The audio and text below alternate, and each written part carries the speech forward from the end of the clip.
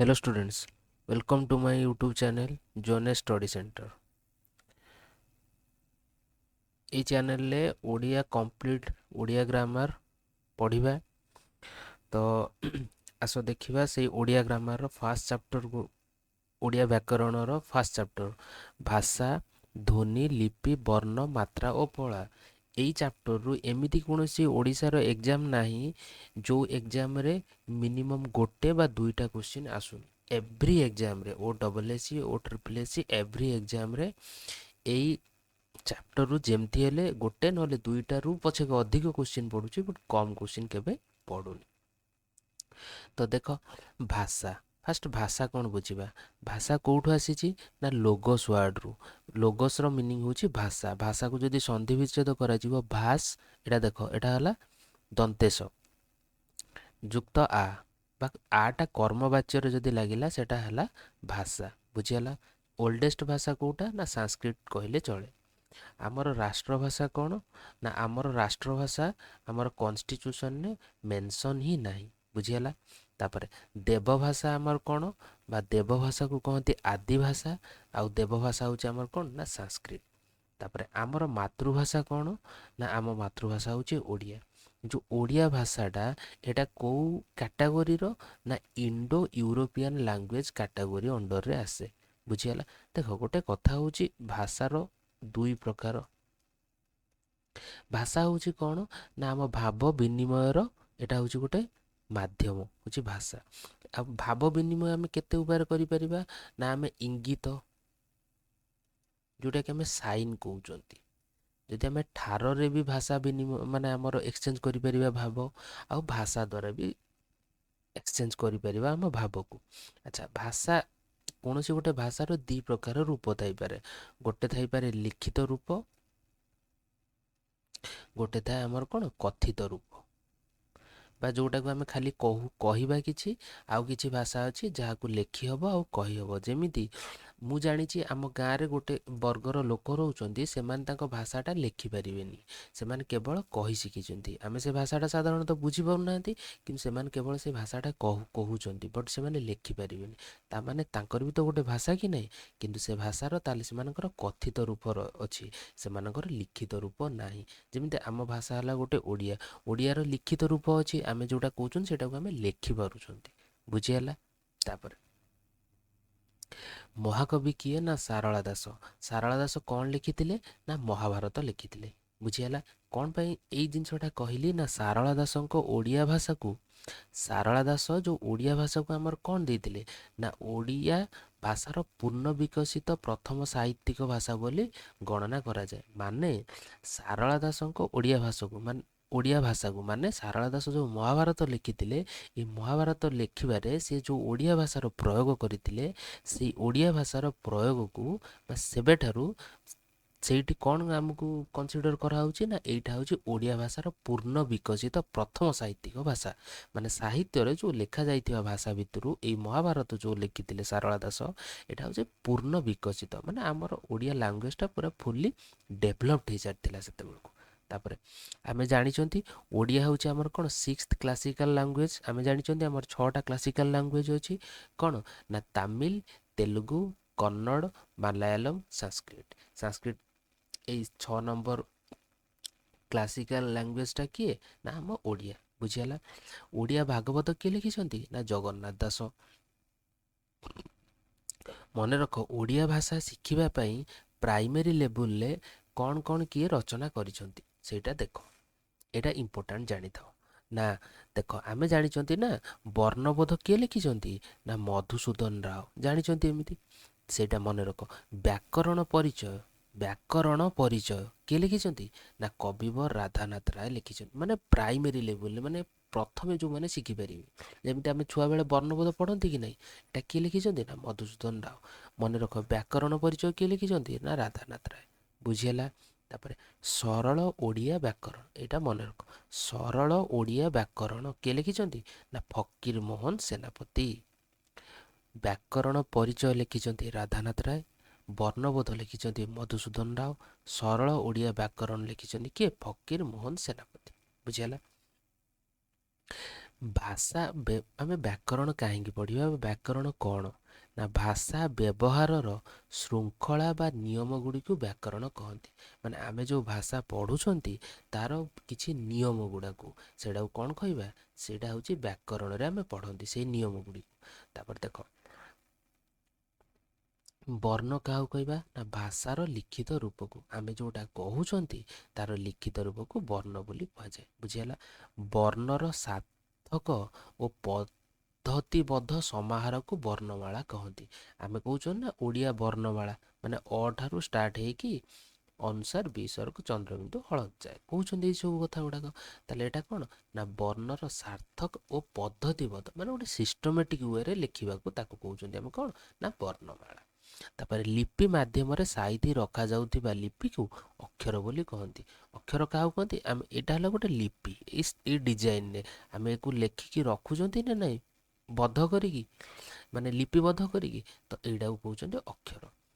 ତାପରେ ଯାହା ଉଚ୍ଚାରିତ ହୁଏ ତାହା ହେଉଛି କ'ଣ? ଧ୍ୱନି। ଯେଉଁଟା ଆମ ମୁଖରୁ ଉଚ୍ଚାରିତ ହେଲା ସେଇଟା ହେଲା ଧ୍ୱନି। ଯେଉଁଟାକୁ ଆମେ ଲେଖିଲେ ସେଇଟା ହେଲା ବର୍ଣ୍ଣ। ମୁଁ କହିଲି ଅ ମାନେ କ, ଏଇଟା ହେଲା ଧ୍ୱନି। ଲେଖିଦେଲି ତାକୁ ଏମିତି, ଏଇଟା ହେଇଗଲା ବର୍ଣ୍ଣ। ତାପରେ ମନେ ରଖ ଗୋଟେ ଜିନିଷ ମନେ ରଖ କ'ଣ ନା ଏମିତି କିଛି ଲାଙ୍ଗୁଏଜ ଅଛି ଯାହାର ବର୍ଣ୍ଣ ସଂଖ୍ୟା କମ୍ କିନ୍ତୁ ଧ୍ୱନି ତାର ଅଧିକ। ମାନେ ଧ୍ୱନି ସଂଖ୍ୟା ଅଧିକ କିନ୍ତୁ ବର୍ଣ୍ଣ ସଂଖ୍ୟା ହେଉଛି କମ୍। ଏକ୍ଜାମ୍ପଲ୍ ହେଉଛି ଇଂଲିଶ ଲାଙ୍ଗୁଏଜ। ଏକ୍ଜାମ୍ରେ ଏଇଟା ପଡ଼େ କେଉଁ ଭାଷାରେ ବର୍ଣ୍ଣ ସଂଖ୍ୟା କମ୍ ମାତ୍ର ଧ୍ୱନି ସଂଖ୍ୟା ଅଧିକ।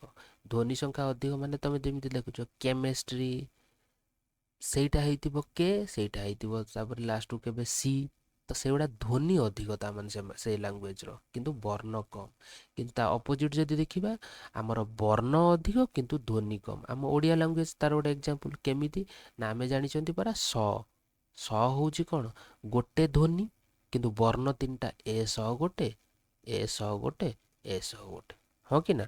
ଜ, ଏଇ ଜ ବି ଗୋଟେ, ଏଇ ଜ ବି ଗୋଟେ। ତେଣୁକରି ଧ୍ୱନି ଆମର କମ୍, ବର୍ଣ୍ଣ ସଂଖ୍ୟା ଅଧିକ। ବୁଝିହେଲା? ତାପରେ ଯଦି ଏକ୍ଜାମ୍ରେ ପଡ଼େ ଭାଷାର ସାର୍ଥକ ଉପାଦାନକୁ କ'ଣ କୁହାଯାଏ ନା ଶବ୍ଦ। ନା ଭାଷାର ସାର୍ଥକ ଉପାଦାନ କୌଣସି ଗୋଟେ ଭାଷା ସମୃଦ୍ଧଶାଳୀ ସେଟା କେଉଁଠୁ ଜଣାପଡ଼େ ନା ତାର ଶବ୍ଦ ଭଣ୍ଡାରରୁ ଜଣାପଡ଼େ। ବୁଝିହେଲା? ଆଉ ଆମ ଓଡ଼ିଆ ଲିପିର ଉପର ଭାଗଟା କ'ଣ ନା ଗୋଲାକୃତି। ଏଗୁଡ଼ା ସବୁ ବେସିକ୍ ଜିନିଷ। ବୁଝିହେଲା? ବର୍ତ୍ତମାନ ପାଇଁ ଚାଲ ବର୍ଣ୍ଣମାଳାର ପୁରା ଏ ଟୁ ଜେଡ୍ ବର୍ଣ୍ଣମାଳା ବିଷୟରେ ଆମେ ଜାଣିବା କେଉଁ ବର୍ଣ୍ଣ କେଉଁ କାଟାଗୋରୀର କେଉଁଟାକୁ କ'ଣ କୁହାଯାଏ। ବୁଝିହେଲା? ତ ଚାଲ ବର୍ଣ୍ଣମାଳାକୁ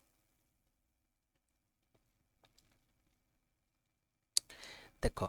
ମନେ ରଖ ଆମର ବର୍ଣ୍ଣମାଳା ହେଉଛି କେତେଟା ମାନେ ବର୍ଣ୍ଣମାଳା ବର୍ଣ୍ଣମାନଙ୍କର ସମଷ୍ଟିକୁ କହୁଛନ୍ତି ବର୍ଣ୍ଣମାଳା। ଏଇଆ ତ ବର୍ଣ୍ଣମାଳା ଟୋଟାଲ ହେଉଛି କେତେଟା ନା 50ଟା। ଆମ ଓଡ଼ିଆ ବର୍ଣ୍ଣମାଳାରେ ଟୋଟାଲ ବର୍ଣ୍ଣ ସଂଖ୍ୟା କେତୋଟି? 50ଟି ବର୍ଣ୍ଣ। ବୁଝିହେଲା? 50ଟି ବର୍ଣ୍ଣ। ତାପରେ ତ ମନେ ରଖ ଏଇ ଯେଉଁ 50ଟି ବର୍ଣ୍ଣ ରହିଲା ସ୍ୱର ବର୍ଣ୍ଣ ହେଉଛି 11ଟା, ବ୍ୟଞ୍ଜନ ବର୍ଣ୍ଣ ହେଉଛି 39ଟା। ବୁଝିହେଲା? ବ୍ୟଞ୍ଜନ ବର୍ଣ୍ଣ ଭିତରେ କ୍ଷୀୟ ବି ଯାଉଛି କିନ୍ତୁ କ୍ଷୀୟ ତ ଯୁକ୍ତାକ୍ଷର। ଏବେ ଦେଖ କେମିତି ସବୁ ଡିଭାଇଡ଼ କରାହେଇଛି, କ୍ୟାଟାଗୋରୀ କରାହେଇଛି। ମନେ ରଖ ତମେ ଯେକୌଣସି ହେଲା ଧର ସାରସ୍ୱତ ବହି ହଉ କି ଯେକୌଣସି ଅଦର ବୁକ୍ରେ ଦେଖିବ ପ୍ରଥମେ ମୁଁ ସ୍ୱର ବର୍ଣ୍ଣକୁ କାଟାଗୋରୀ କରୁଛି, ତାପରେ ମୁଁ ବ୍ୟଞ୍ଜନ ବର୍ଣ୍ଣକୁ କାଟାଗୋରୀ କରିବି। ବୁଝିହେଲା? ତ ଦେଖ ସ୍ୱର ବର୍ଣ୍ଣ ହେଉଛି ଯେଉଁ 11ଟା, ସ୍ୱର ବର୍ଣ୍ଣ କାହାକୁ କହିବା? ଯେଉଁ ବର୍ଣ୍ଣ ଅନ୍ୟ କୌଣସି ବର୍ଣ୍ଣର ସାହାଯ୍ୟ ବିନା ଉଚ୍ଚାରିତ ହୋଇପାରେ ତାକୁ କହିବା ସ୍ୱର ବର୍ଣ୍ଣ। ବୁଝିହେଲା? ସେମିତି ବ୍ୟଞ୍ଜନ ବର୍ଣ୍ଣ କାହାକୁ କହିବା ନା ଯେଉଁ ବର୍ଣ୍ଣ ନିଜେ ଉଚ୍ଚାରିତ ହୋଇପାରେ ନାହିଁ ମାନେ ସେ ସ୍ୱର ବର୍ଣ୍ଣର ଲୋଡ଼ା ନିଏ। ବୁଝିହେଲା? ତାକୁ କହିବା ବ୍ୟଞ୍ଜନ ବର୍ଣ୍ଣ। ତ ସ୍ୱର ବର୍ଣ୍ଣ ହେଉଛି 11ଟା। ଦେଖ ସେଇ ଯେଉଁ ବୁକ୍ ମାନଙ୍କରେ ସାରସ୍ୱତ ବୁକ୍ ହଉ କିମ୍ବା ଅଦର କୌଣସି ପବ୍ଲିକେସନ ବୁକ୍ରେ ସେ ସ୍ୱର ବର୍ଣ୍ଣକୁ ଦୁଇଟା କାଟାଗୋରୀରେ ଡିଭାଇଡ଼ କରିଛନ୍ତି। ଗୋଟେ ହେଉଛି ହ୍ରସ୍ୱ ସ୍ୱର, ଗୋଟେ ହେଉଛି ଦୀର୍ଘ ସ୍ୱର। ଯେମିତି ଆମେ କହୁଛନ୍ତି ଅ, ଆ, ହର୍ଷେଇ। ଦୀର୍ଘଇ କହିଲେ ଟିକେ ଜୋରରେ କହୁଛନ୍ତି ଇ, ଇ, ଉ, ଉ, ଏ, ଐ ଏମିତି କହୁଛନ୍ତି। ତା ମାନେ ଆମେ ଯେଉଁ ଯେଉଁ ड्यूरेशन ପାଇଁ କହୁଛନ୍ତି ହ୍ରସ୍ୱ ମାନେ କ'ଣ ନା କମ୍ ସମୟ ପାଇଁ କିଛି କହୁଛନ୍ତି ସ୍ୱରବର୍ଣ୍ଣକୁ, କିଛି ସ୍ୱରବର୍ଣ୍ଣକୁ ଅଳ୍ପ ସମୟ ପାଇଁ ଉଚ୍ଚାର କରୁଛନ୍ତି, ଆଉ କିଛି ସ୍ୱରବର୍ଣ୍ଣକୁ ଟିକେ ଦୀର୍ଘ ମାନେ ଟିକେ ଆଉ ଟିକେ ଲମ୍ବେଇକି ଆମେ କହୁଛନ୍ତି, ଯେମିତି ଆ ଇ ଉ। ତ ଏଇଟା ମନେ ରଖ, ଏଇ ଯେଉଁ ହ୍ରସ୍ୱ ସ୍ୱର ହେଉଛି 4ଟା, ଦୀର୍ଘ ସ୍ୱର ହେଉଛି 7ଟା, କିନ୍ତୁ ଏଇଟାକୁ ଆକ୍ସେପ୍ଟ କରୁନାହିଁ ଆମର ଓଡ଼ିଆର ଟେକ୍ସଟ ବୁକ୍। ଆମ ଓଡ଼ିଆର ଯେଉଁ କ୍ଲାସ୍ 8th ବୁକ୍ ଅଛି, 8th କ୍ଲାସ୍ର ବୁକ୍ରେ ସେ ଏଇଟାକୁ ଆକ୍ସେପ୍ଟ କରୁନାହିଁ। ଆଉ ଏଇଟା କ'ଣ ପାଇଁ ଆକ୍ସେପ୍ଟ କରୁନାହିଁ? ଯେହେତୁ ଏଟାକୁ ଆକ୍ସେପ୍ଟ କରୁନାହିଁ, ସେ ଏବେ ଯେଉଁ ଏକ୍ଜାମ୍ ଯାଇଥିଲା ଆମର ଲାଇଭ୍ ଷ୍ଟକ୍ ଇନ୍ସପେକ୍ଟର, ମୁଁ ସେଠି ଦେଖିଛି ଭଲ ଭାବରେ ଏକ୍ଜାମ୍ର ସେ କୋଶ୍ଚିନ୍ରେ ଏଇଠି ପଚାରିଥିଲା ହର୍ଷ ସ୍ୱରରୁ। ସେଠି ଦୁଇଟା ଯାକ ଅପସନ୍ ଦେଇଥିଲା। ତ ମୁଁ କେବେ ନେକ୍ସଟ କ୍ଲାସ୍ରେ ତୁମମାନଙ୍କୁ ଆଣିକି ସେଇଟାକୁ କ୍ଲାରିଫାଏ କରିଦେବି ଯେ ଏଇ କାଟାଗୋରୀଟାକୁ ନେଉନାହିଁ ଟେକ୍ସଟ ବୁକ୍, ଏଟାକୁ କନସିଡର କରୁନାହିଁ। ଟେକ୍ସଟ ବୁକ୍ କ'ଣ କନସିଡର କରୁଛି ନା ଦେଖ, ସ୍ୱରବର୍ଣ୍ଣରେ ହେଉଛି କ'ଣ ନା ତା କହିବା କଥାଟା 6ଟା ବର୍ଣ୍ଣ ହେଉଛି ହ୍ରସ୍ୱ ସ୍ୱର, ମାନେ ଅଳ୍ପ ସମୟ ପାଇଁ ଉଚ୍ଚାରିତ ହେଉଛନ୍ତି। ଦୀର୍ଘ ସ୍ୱରରେ କେବଳ 3ଟା, 6 3 ହେଲା କେତେ 9ଟା, ଆଉ ରହିଲା 2ଟା। ଆଉ ରହିଲା 2ଟା କିଏ ନା ଐ ଆଉ ଔ। ଏଇ 2ଟା ସାନ୍ଧ୍ୟ ସ୍ୱର ବା ସଂଯୁକ୍ତ ସ୍ୱର। କାହିଁକିନା ଅ ଇ ଅ ଇ ଆସୁଛି, ଏମିତି ଆସୁଛି ନା ନାହିଁ। ତେଣୁକରି ଏ 2ଟାକୁ ସେ ନା ହ୍ରସ୍ୱ ସ୍ୱର ନା ଦୀର୍ଘ ସ୍ୱରରେ କନସିଡର କରିନାହିଁ, ସେ ଏଟାକୁ ସଂଯୁକ୍ତ ସ୍ୱରରେ କନସିଡର କରିଛି। ବୁଝିହେଲା? ଦେଖ ଏବେ କ'ଣ କହୁଛି। ହ୍ରସ୍ୱ ସ୍ୱର କିଏ କିଏ ନା ଅ, ହର୍ଷଇ, ହର୍ଷଉ, ରୁ, ଏ, ଓ। ଅ, ଇ, ଉ, ରୁ, ଏ, ଓ ସବୁ ଏଇ 6ଟା ଯାକ କମ୍ ଟାଇମ୍ ପାଇଁ ଉଚ୍ଚାରିତ ହେଉଛନ୍ତି। ତେଣୁକରି ଏଙ୍କୁ ହ୍ରସ୍ୱ ସ୍ୱର କାଟାଗୋରୀରେ ରଖିଛନ୍ତି। ଦୀର୍ଘ ସ୍ୱର କ'ଣ କିଏ କିଏ ନା 3ଟି କେବଳ ଆ, ଇ, ଉ। ଟିକେ ଅଧିକ ସମୟ ପାଇଁ ଏକୁ ଆମେ ଉଚ୍ଚାରିତ କରୁଛନ୍ତି, ଲଙ୍ଗ ଟାଇମ୍ ଡ୍ୟୁରେସନ୍ ପାଇଁ। ତେଣୁକରି ଆ ଇ ଉ ହେଉଛି ଦୀର୍ଘ ସ୍ୱର। ବୁଝିହେଲା? ତାହେଲେ ଏଠି ମନେ ରଖିବାର ଅଛି କ'ଣ, ଆକର୍ଡିଂ ଟୁ ଆମକୁ ଟେକ୍ସଟ ବୁକ୍ ଅନୁସାରେ ଯିବାକୁ ପଡ଼ିବ, ନା କି ଏ କାଟାଗୋରୀ ଅନୁସାରେ। ବୁଝିହେଲା? ତ ଦେଖ, ଟେକ୍ସଟ ବୁକ୍ ଅନୁସାରେ ହ୍ରସ୍ୱ ସ୍ୱର ହେଉଛି 6ଟି, ଦୀର୍ଘ ସ୍ୱର ହେଉଛନ୍ତି 3ଟି। ଦୀର୍ଘ ସ୍ୱର କିଏ କିଏ ଆ, ଦୀର୍ଘ ଇ, ଦୀର୍ଘ ଉ। ଆଉ ଜାଣିଗଲେ ଆମେ କିଏ ଐ ଆଉ ଓ ହେଉଛନ୍ତି ସାନ୍ଧ୍ୟ ସ୍ୱର ବା ସଂଯୁକ୍ତ ସ୍ୱର। ତେଣୁକରି ଇଏ ଏ କାଟାଗୋରୀରେ ନାହିଁ ଏଠି। ବୁଝିହେଲା? ତାପରେ ଦେଖ, ଯେଉଁ ରହିଲା ଆମର 11ଟି ସ୍ୱରବର୍ଣ୍ଣ ଟୋଟାଲ ଉପରେ, ଏଇ 11ଟି ସ୍ୱରବର୍ଣ୍ଣ ଭିତରୁ ଧ୍ୱନି ଅଛି କେତେଟାର ନା 8ଟାର। କ'ଣ କହିଲି? ବୁଝିହେଲା? ଧ୍ୱନି ଅଛି କେତେଟାର ନା 8ଟାର ଧ୍ୱନି ଅଛି। ତ କେମିତି ଜାଣିଲେ ନା ହର୍ଷଇ ଆଉ ଦୀର୍ଘଇ, ଏଟା ଧ୍ୱନି ତ ଗୋଟେ ନା, ଇ ତ କହୁଛନ୍ତି ନା ନାହିଁ। ହର୍ଷଉ ଆଉ ଦୀର୍ଘଉ ଇଏ ବି ତ ଉ ବୋଲି କହୁଛନ୍ତି କି ନାହିଁ। ବୁଝିହେଲା? ତେଣୁକରି ଧ୍ୱନି ଅଛି କେତେଟାର ନା 8ଟାର। ଏଟା ମନେ ରଖ। ଧ୍ୱନି କାହାର କାହାର ନାହିଁ ନା ଦେଖ, ଦୀର୍ଘଇ, ଦୀର୍ଘଉ ଆଉ ରୁର ଧ୍ୱନି ଅଛି କି ନାହିଁ। ଦୀର୍ଘ ଯେଉଁଟା କହୁଛନ୍ତି, ତେଣୁକରି ୟାର ବି ଧ୍ୱନି ନାହିଁ। ତ 3ଟାର ଧ୍ୱନି ନାହିଁ, 8ଟାର ଧ୍ୱନି ଅଛି। ବୁଝିହେଲା? ତାପରେ ଦେଖ, ଏଇ ଯେଉଁ ଧ୍ୱନି ରହିଲା 8ଟା, ଏ 8ଟା ଭିତରୁ ଶୁଦ୍ଧ ସ୍ୱର ଧ୍ୱନି କେତେଟା ନା 6ଟା। 8ଟାର ଧ୍ୱନି ଅଛି, କିନ୍ତୁ ଶୁଦ୍ଧ ସ୍ୱର ଧ୍ୱନି କେତେଟାର ଅଛି ନା 6ଟାର। କିଏ କିଏ ନା ଅ, ଆ, ଇ ମାନେ ହର୍ଷଇ, ଉ, ଏ, ଓ। ବୁଝିହେଲା? ଏଇ 6ଟାର ହେଉଛି କ'ଣ ନା ଶୁଦ୍ଧ ସ୍ୱର ଧ୍ୱନି। ତାପରେ ଏଇ ଯେଉଁ 6ଟା ରହିଲା, ଏଇ 6ଟା ଭିତରେ ବି କାଟାଗୋରୀ କିଛି ହେଇଛି। ଏଇଟା ଏକ୍ଜାମ୍ରେ ପଡ଼ିଛି ଆଗରୁ ତ ବହୁତ ଥର। ତ ଦେଖ, ବିବୃତ ଧ୍ୱନି କାହାକୁ କହିବା ନା ବିବୃତ ଧ୍ୱନି କହିବା କେବଳ ଅକୁ, ସରି ଆକୁ କହିବା ବିବୃତ ଧ୍ୱନି। ଅର୍ଦ୍ଧ ବିବୃତ କିଏ ନା ଅ। ଅର୍ଦ୍ଧ ବିବୃତ ଅରୁ ଅର୍ଦ୍ଧ। ତାହେଲେ ଅର୍ଦ୍ଧ ବିବୃତ ହେଉଛି କିଏ ନା ଅ। ପୁରା ବିବୃତ ହବ କିଏ ନା ଆ। ତାପରେ ଏଇଟା ମନେ ରଖ। ଦେଖ, ଏଇଠି ଦେଖିକି ଲାଗୁନି ସମ୍ବୃତ। ସମ୍ବୃତ ମାନେ ବୃତ, ବୃତ ମାନେ ଏମିତି ଗୋଲଟା, ସମ୍ବୃତ ମାନେ କମ୍ପ୍ଲିଟ୍ ହେଇଥିବ। ତାହେଲେ ଏଇଠି ଦେଖିଲ, ଏଇ ଯେଉଁ ଲେଟର ଭିତରୁ, ଏଇ ବର୍ଣ୍ଣ ଭିତରୁ ଦେଖିଲେ ଇଟା ଗୋଟେ ଏମିତି କମ୍ପ୍ଲିଟ୍ ହେଇନି ନା, ଗୋଟେ ଜିରୋ ଭଳିଆ ଦେଖାହେଉଛି ନା ନାହିଁ, କମ୍ପ୍ଲିଟ୍ ହେଇଛି ସମ୍ବୃତ। ଉ ବି ସେମିତି, ଏମିତି ଆଇଲା, ଏମିତି ଆଇଲା, ଏମିତି ହେଇକି ଏମିତି ହେଇଛି। ଏଟା ବି ଗୋଟେ କମ୍ପ୍ଲିଟ୍ ଦେଖାଯାଉଛି ଏମିତି ସର୍କଲଟେ। ତାହେଲେ ଇ ଆଉ ଉ କୁ କହୁଛନ୍ତି ସମ୍ବୃତ। ତାହେଲେ ଅର୍ଦ୍ଧ ସମ୍ବୃତ କେମିତି ହେଇଯିବ ନା ଏ ଏଟା ଦେଖାହେଉଛି ଅଧା ଏମିତି ହେଲା ଭଳିଆ, ଏଟା ହେଲାନି କି ଅଧା ଭଳିଆ, ତେଣୁକରି ଏ ଆଉ ଓ ଦେଖ ଏଇଠି ସରିଗଲା ନା, ଏଇଠୁ ଆଉ କମ୍ପ୍ଲିଟ୍ ହେଇକି ଆଇଲା କି ଆଣେ ଆସିନି, ଏଟା ସେମିତି ଏଇଠି କମ୍ପ୍ଲିଟ୍ ହେଇଗଲା, ଏଇଟା ଆଉ କମ୍ପ୍ଲିଟ୍ ହେଇକି ଆସିଲା କି, ଏଇଟା ଏଟା କ'ଣ ଏମିତି ହେଇକି ଆଇଲା କି ନା, ଏଟା ଏଇଠି ହିଁ ଟର୍ମିନେଟ୍ ହେଇଯାଉଛି, ତେଣୁକରି ଅଧା ହେଲା ନା ନାଇଁ ସର୍କଲ, ତେଣୁକରି ଏଇଟାକୁ କହୁଛନ୍ତି ଆମେ ଅର୍ଦ୍ଧ ସମ୍ପୃକ୍ତ। ବୁଝିହେଲା? ତାପରେ ଦେଖ ଆମର ବ୍ୟଞ୍ଜନ ବର୍ଣ୍ଣ କାଟାଗୋରିକି ଆସିବା। ଦେଖ ବ୍ୟଞ୍ଜନ ବର୍ଣ୍ଣକୁ ଦୁଇଟା କାଟାଗୋରିରେ ବିଭକ୍ତି କରାହେଇଛି। ଗୋଟେ ହେଉଛି ବର୍ଗ୍ୟ ବ୍ୟଞ୍ଜନ, ଆଉ ଗୋଟେ ହେଉଛି ଅବର୍ଗ୍ୟ ବ୍ୟଞ୍ଜନ। ବୁଝିହେଲା? ଦେଖ ବର୍ଗ୍ୟ ବ୍ୟଞ୍ଜନ ୟାର ଅଦର ନାଁଟା କ'ଣ? ସ୍ପର୍ଶ ବର୍ଣ୍ଣ। ବର୍ଗ୍ୟ ବ୍ୟଞ୍ଜନ ମାନେ ଯେଉଁ ବ୍ୟଞ୍ଜନ ବର୍ଣ୍ଣ ଗୁଡ଼ିକୁ ଆମେ କୌଣସି ଗୋଟେ ବର୍ଗରେ ମାନେ କୌଣସି ଗୋଟେ କ୍ୟାଟାଗୋରିରେ ଡିଭାଇଡ୍ କରିପାରୁଛନ୍ତି, କୌଣସି ଗୋଟେ କ୍ୟାଟାଗୋରି ସ୍ପେସିଫିକ୍ କ୍ୟାଟାଗୋରିରେ, ସ୍ପେସିଫିକ୍ କ୍ୟାଟାଗୋରିରେ ଆମେ ତାକୁ କ୍ଲାସିଫାଏ କରିପାରୁଛନ୍ତି, ସେଇଗୁଡ଼ା ହେଉଛି ବର୍ଗ୍ୟ ବ୍ୟଞ୍ଜନ। ଆଉ ବର୍ଗ୍ୟ ବ୍ୟଞ୍ଜନ କେତେଟା ଅଛି ନା 5×5 = 25ଟା। କେତେ? ବା ସ୍ପର୍ଶ ବର୍ଣ୍ଣ ମାନେ ଆମର କୌଣସି ସ୍ୱରତନ୍ତ୍ରରେ ସେଟା ସ୍ପର୍ଶ ହେଉଛି। କେତେଟା ଅଛି ନା 5×5 = 25ଟା। ଆମେ ଛୁଆଟି ଦିନରୁ ଯେଉଁଟା ଶିଖିଛନ୍ତି କ'ଣ ବର୍ଗ୍ୟ ବ୍ୟଞ୍ଜନ କେତେଟା ନା 25ଟା। 25ଟା କ'ଣ ନା କ ବର୍ଗ, ଚ ବର୍ଗ, ଟ ବର୍ଗ, ତ ବର୍ଗ, ପ ବର୍ଗ, ଏଇଟା ଆମେ ଜାଣିଛନ୍ତି। କ ବର୍ଗରେ କେତେଟା ନା 5ଟା, କ ଖ ଗ ଘ ଙ, ଚର ଚ ଛ ଜ ଝ ଞ, ଟ ଠ ଡ ଢ ମୂର୍ଦ୍ଧଣ, ତରେ ତ ଥ ଦ ଧ ଦନ୍ତ୍ୟନ, ତାପରେ ପ ବର୍ଗରେ ପ ଫ ବ ଭ ମ, ସବୁଥିରେ 5ଟା ଲେଖା ହେଲେ 5×5 = 25ଟା ହେଇଗଲା। ତାମାନେ ଆମେ ଜାଣିଲେ କ'ଣ ବର୍ଗ୍ୟ ବ୍ୟଞ୍ଜନ କେତେଟା ନା 25ଟା। ବା ସ୍ପର୍ଶ ବର୍ଣ୍ଣ ତାର ଅଦର ନା କ'ଣ ସ୍ପର୍ଶ ବର୍ଣ୍ଣ, ସ୍ପର୍ଶ ବର୍ଣ୍ଣ ବି କେତେଟା 25ଟା। ଏବେ ଦେଖ ତାପରେ ମୁଁ ଏ କାଟାଗୋରିଟା ତୁମକୁ ବୁଝେଇଦେବି। ଦେଖ ବର୍ତ୍ତମାନ ପାଇଁ ଏଠି ଥରେ ଭାବ କେମିତି ମନେ ରଖିବା କ ବର୍ଗର ଅନ୍ୟ ନାଁ ହେଉଛି କଣ୍ଠ୍ୟ ବର୍ଣ୍ଣ। ମାନେ କ ଖ ଗ ଘ ଙକୁ କଣ୍ଠ୍ୟ ବର୍ଣ୍ଣ କୁହାଯାଏ, କାହିଁକିନା ଏ କଣ୍ଠରୁ ନିର୍ଗତ ହୁଅନ୍ତି।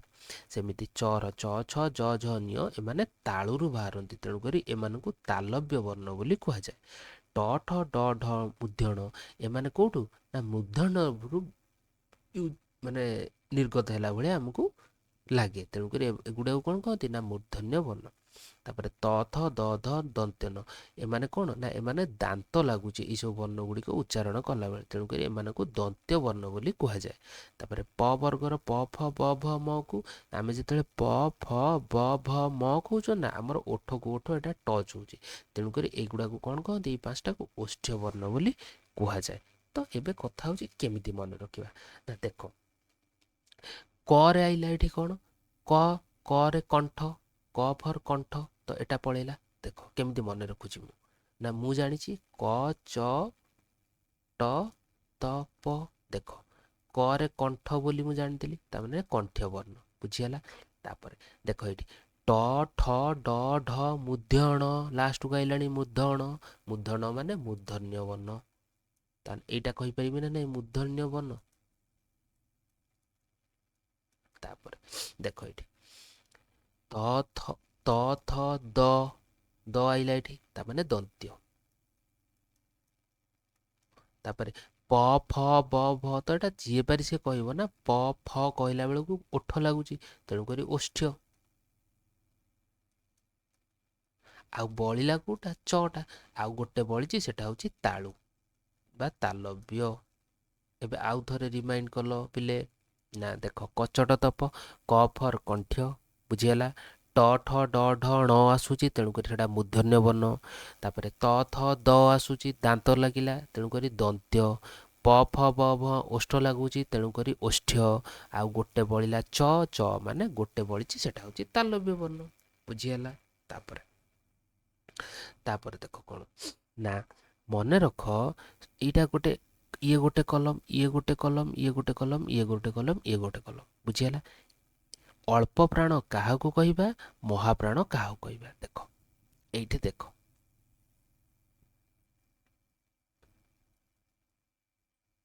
ଦେଖ ଏଇଟା ହେଲା first, second, third, fourth, fifth. ବୁଝିହେଲା? ତ ଦେଖ ଅଳ୍ପ ପ୍ରାଣ, ଅଳ୍ପ ପ୍ରାଣ, ଅଳ୍ପ ପ୍ରାଣ, ମାନେ ଆମେ ଯେତେବେଳେ ଯେତେବେଳେ ଏଇ 1 3 ବାଜେ ମାନେ କ ହେଉଛି 1, ଖ ହେଉଛି 2, ଗ ହେଉଛି 3 ନମ୍ବର, ଘ ହେଉଛି 4 ନମ୍ବର, ଓ ହେଉଛି 5 ନମ୍ବର। ତାମାନେ ଦେଖ କେମିତି ଏଟା ଉଚ୍ଚାରଣ ହୁଏ, କ, ଖ, ଗ, ଘ, ଙ। ତାମାନେ ଆମେ ଯେତେବେଳେ କ, ଗ ଆଉ ଙ କହୁଛନ୍ତି ଏଟାକୁ ଜଲ୍ଦି ଜଲ୍ଦି କହୁଛନ୍ତି, ମାନେ ଟିକେ ଟିକେ। କିନ୍ତୁ ଯେତେବେଳେ ଖ ଆଉ ଘ କହୁଛନ୍ତି, ଖ, ଘ ଟିକେ ଲମ୍ବେଇକି କହୁଛନ୍ତି। ତେଣୁକରି 2 ଆଉ 4 ନମ୍ବରକୁ କ'ଣ କହିବା ନା ମହାପ୍ରାଣ। ସବୁ କଲମର ଏଠି ସେମିତି ଚ ବର୍ଗର ଛ ଆଉ ଝ ଇଏ ବି ଯିବ ମହାପ୍ରାଣରେ। ତାହେଲେ ଟରେ ଠ ଆଉ ଢ ଇଏ ବି ଯିବ ମହାପ୍ରାଣରେ। ତର ଥ ଆଉ ଧ ଇଏ ବି ଯିବ ମହାପ୍ରାଣରେ। ପ ଆଉ ଭ ଇଏ ବି ଯିବ ମହାପ୍ରାଣରେ। କ'ଣ କହିଲି ସାରାଂଶଟା କ'ଣ ନା କେମିତି ମନେ ରଖିବା ଅଳ୍ପ ପ୍ରାଣ ମାନେ 1 3 5।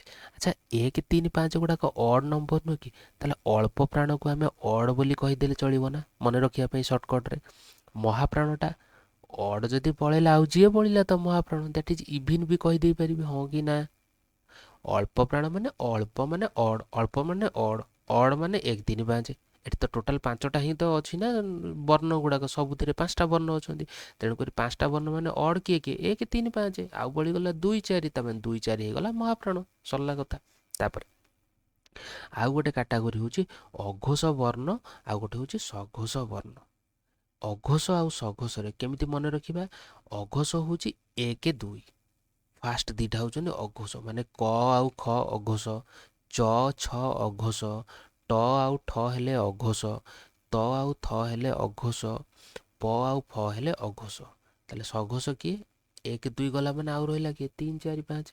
ତାହେଲେ ସଘୋଷ କିଏ? ଗ ଘ ଙ, ଜ ଝ ଞ, ଟ ଡ ଢ ମୂର୍ଦ୍ଧଣ, ଦ ଧ ଦନ୍ତ୍ୟନ, ବ ଭ ମ। ଏମାନେ ହେଲେ ସଘୋଷ। ବୁଝିହେଲା କ'ଣ କହିଲି? କାଟାଗୋରୀଟା ମନେ ରହିଲା କି? ଫାଷ୍ଟ ଏଇଠି ଗୋଟେ ମନେ ରଖିଦିଅ, ଅଟୋମେଟିକ୍ ଅଦରଟା ମନେ ରହିଯିବ। ପ୍ରଥମ ଗୋଟେ ଖାଲି ମନେ ରଖିଦିଅ ଅଳ୍ପ ପ୍ରାଣ। ଅଳ୍ପ ପ୍ରାଣ ମାନେ ଅଡ୍, ମାନେ ଅଳ୍ପ ପଇସା ମାନେ ଅଡ୍। ତାହେଲେ ଅଡ୍ ମାନେ 1 3 5। ତାହେଲେ 1 3 5 ମାନେ ଆଉ ବଳିଗଲା 2 4। ତାହେଲେ ଅଳ୍ପ ପ୍ରାଣର ଅପୋଜିଟ୍ ହେଉଛି ମହାପ୍ରାଣ, ସରିଗଲା। ଆଉ ଗୋଟେ ହେଉଛି ଅଘୋଷ ସଘୋଷ। କିଏ ସଘୋଷ ଅଘୋଷ କହିବ କି କେବେ? କହିବନି। ଅ ଆ ଷ୍ଟାର୍ଟ କରିବ ଷ୍ଟାର୍ଟିଂରୁ। ତାହେଲେ ଅଘୋଷ ସଘୋଷରୁ କ'ଣ? ଏଠି ଯେହେତୁ 1 3 5 ଯାଇଥିଲା, ଜଣେ ଥରେ ଜାଣିଛ ଅଡ୍ ଆଉ ଇଭିନ୍ ଯାଇଥିଲା, ଆଉ ଥରେ ହେଉଛି 1 2 ପାଖାପାଖି ଗୋଟେ, ଆଉ 3 4 5 ହେଉଛି ଅଲଗା ଗୋଟେ କାଟାଗୋରୀର। ତାହେଲେ ଅଘୋଷ ଆଉ ସଘୋଷ ବୁଝିହେଲା। ତାପରେ ଦେଖ ଏଇଠି ଯେଉଁ ବ୍ୟଞ୍ଜନ ବର୍ଣ୍ଣ ହେଲା, ଯେଉଁ ବ୍ୟଞ୍ଜନ ବର୍ଣ୍ଣ ଟୋଟାଲ୍ କେତେଟା ନା 39ଟା। ବ୍ୟଞ୍ଜନ ବର୍ଣ୍ଣ 39ଟାରୁ ତ 25ଟା ବର୍ଣ୍ଣ ପଳେଇଲା, ଆଉ ରହିଲା କେତେଟା? 14ଟା ବର୍ଣ୍ଣ। ତାହେଲେ ଏଇ ଯେଉଁ ବ୍ୟଞ୍ଜନ ବର୍ଣ୍ଣ ଷ୍ଟାର୍ଟ ହେଇଥିଲା କରୁ, କରୁ ଦେଖ ଚାଲି ଚାଲିକି ସିରିଏଲ୍ ୱାଇଜ୍ ହେଇକି ଆସି ମରେ ଷ୍ଟାର୍ଟ ସରିଗଲା, ପ ଫ ବ ଭ ମ। ତାପରେ ବଳିଲା କିଏ? ନା ତାପରେ କିଏ ବଳିଲା? ନା ଦେଖ ଏଇଟାକ ଜ ୟ ର ଳ ଲ ଉ, ତାଲବେଶ ମୁଦ୍ନେଶ ଦନ୍ତେଶ ହ। ତାପରେ ଦେଖ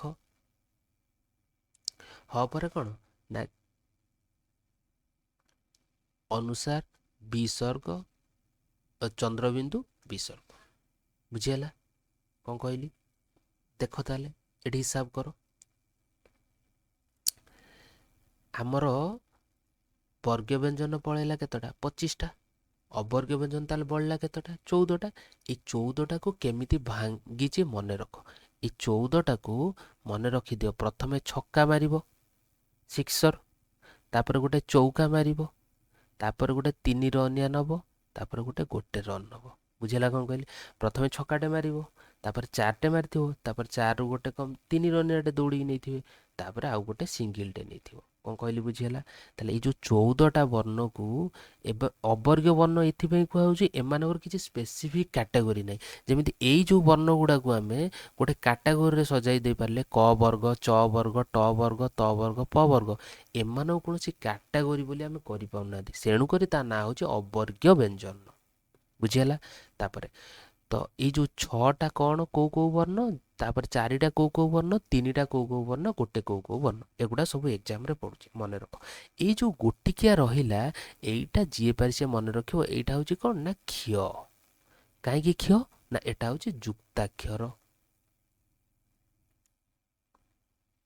ଏଟା ତ ଗୋଟିକିଆ ସେପାରେଟ୍ ଅଲଗା ଯୁକ୍ତାକ୍ଷର, କାହିଁକିନା ଆମ ଓଡ଼ିଆ ବର୍ଣ୍ଣମାଳାରେ କେବଳ ଗୋଟିଏ ଯୁକ୍ତାକ୍ଷର ସ୍ଥାନ ପାଇଛି, ସେଟା ହେଉଛି କ୍ଷ। କ୍ଷ ଯୁକ୍ତାକ୍ଷର, କ୍ଷ ମଧ୍ୟ ବ୍ୟଞ୍ଜନ ବର୍ଣ୍ଣ। ବୁଝିହେଲା? ତାପରେ ଦେଖ ଏଇ ଯୋଉ 6 4 3 1 ଏଇ ଗୋଟେ ତ ପଳେଇଲା ଯୁକ୍ତାକ୍ଷର। ବର୍ତ୍ତମାନ ପାଇଁ 6ଟାକୁ ଆସ। ତ ମନେ ରଖ, ମ ରୁ ସରିଥିଲା ଏଇଠି ବର୍ଗ ବ୍ୟଞ୍ଜନ, ମରେ ଖତମ। ତାହେଲେ ମ ପରେ କିଏ କିଏ ଆଉ? ମ ପରେ ଜ, ୟ, ର, ଳ, ଲ, ଉ। ଠିକ୍ 6ଟା ଗଣିଦେବ। ବୁଝିହେଲା? ତାହେଲେ ଏଇ 6ଟା ହେଲା କ'ଣ? ଏଇ 6ଟା ହେଲା କ'ଣ? ଅନ୍ତସ୍ଥ ବର୍ଣ୍ଣ ବା ତାକୁ ଅର୍ଦ୍ଧସ୍ୱର ମଧ୍ୟ କୁହାଯାଏ। କ'ଣ କହିଲି? ବୁଝିହେଲା? ଏମାନଙ୍କୁ ଅନ୍ତସ୍ଥ ବର୍ଣ୍ଣ ବା ଅର୍ଦ୍ଧସ୍ୱର ବୋଲି କୁହାଯାଏ। ତାପରେ 6, ତାପରେ 4ଟା ଛକାଟେ ମାରିବ, ତାପରେ 4 ମାରିବ। 4ରେ କିଏ? ନା ଦେଖ, ଜ, ୟ, ର, ଳ, ଲ, ଉ ସଇଲା।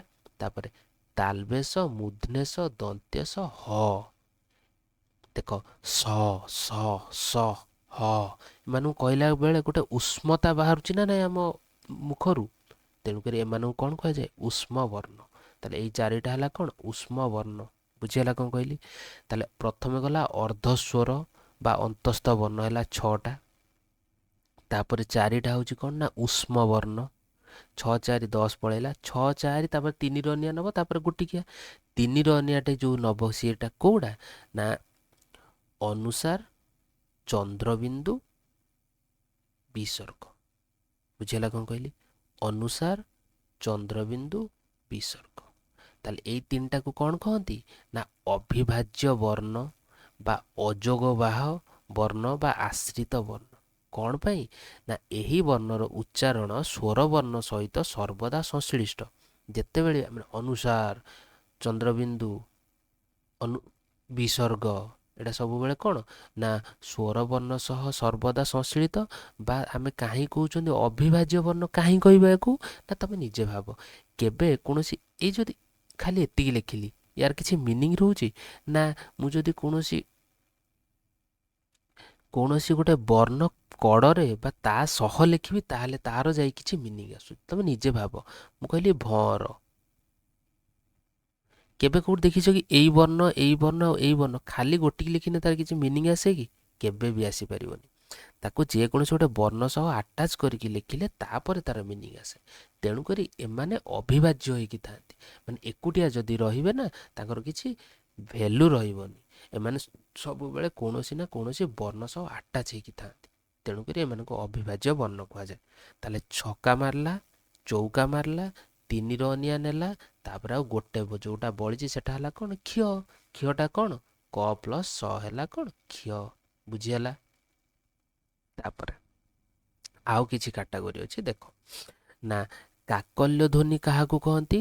ନା ମନେ ରଖିଥ, ହ କୁ କୁହାଯାଏ କାକଲ୍ୟ ଧ୍ୱନି। ଦେଖ ଏସବୁକୁ ମୁଁ କଲେକ୍ସନ୍ କରିକି ଆଣିଛି, ପିଜି ବୁକ୍ରୁ ହଉ ବା ଅଦର କୌଣସି ବୁକ୍ରୁ ହଉ କଲେକ୍ସନ୍ କରିକି ଆଣିଛି। ତ ଆମେ ପଢ଼ିଦେଲେ ବେଟର୍। ଆମ ଏକ୍ଜାମ୍ରେ ପଢ଼ୁଛି। ଗଲାଥର ଏଏସ୍ଓ ଏକ୍ଜାମ୍ରେ ରୁକ୍ମ ବିଷୟରେ ପଚାରିଥିଲା। ଯିଏ କିଛି ନ ପଢ଼ିଥିବ ସେ ବିଷୟରେ, ତାହେଲେ ସେ ସେଇଟା କୋଶ୍ଚିନ୍ ଛାଡ଼ିଥିବ।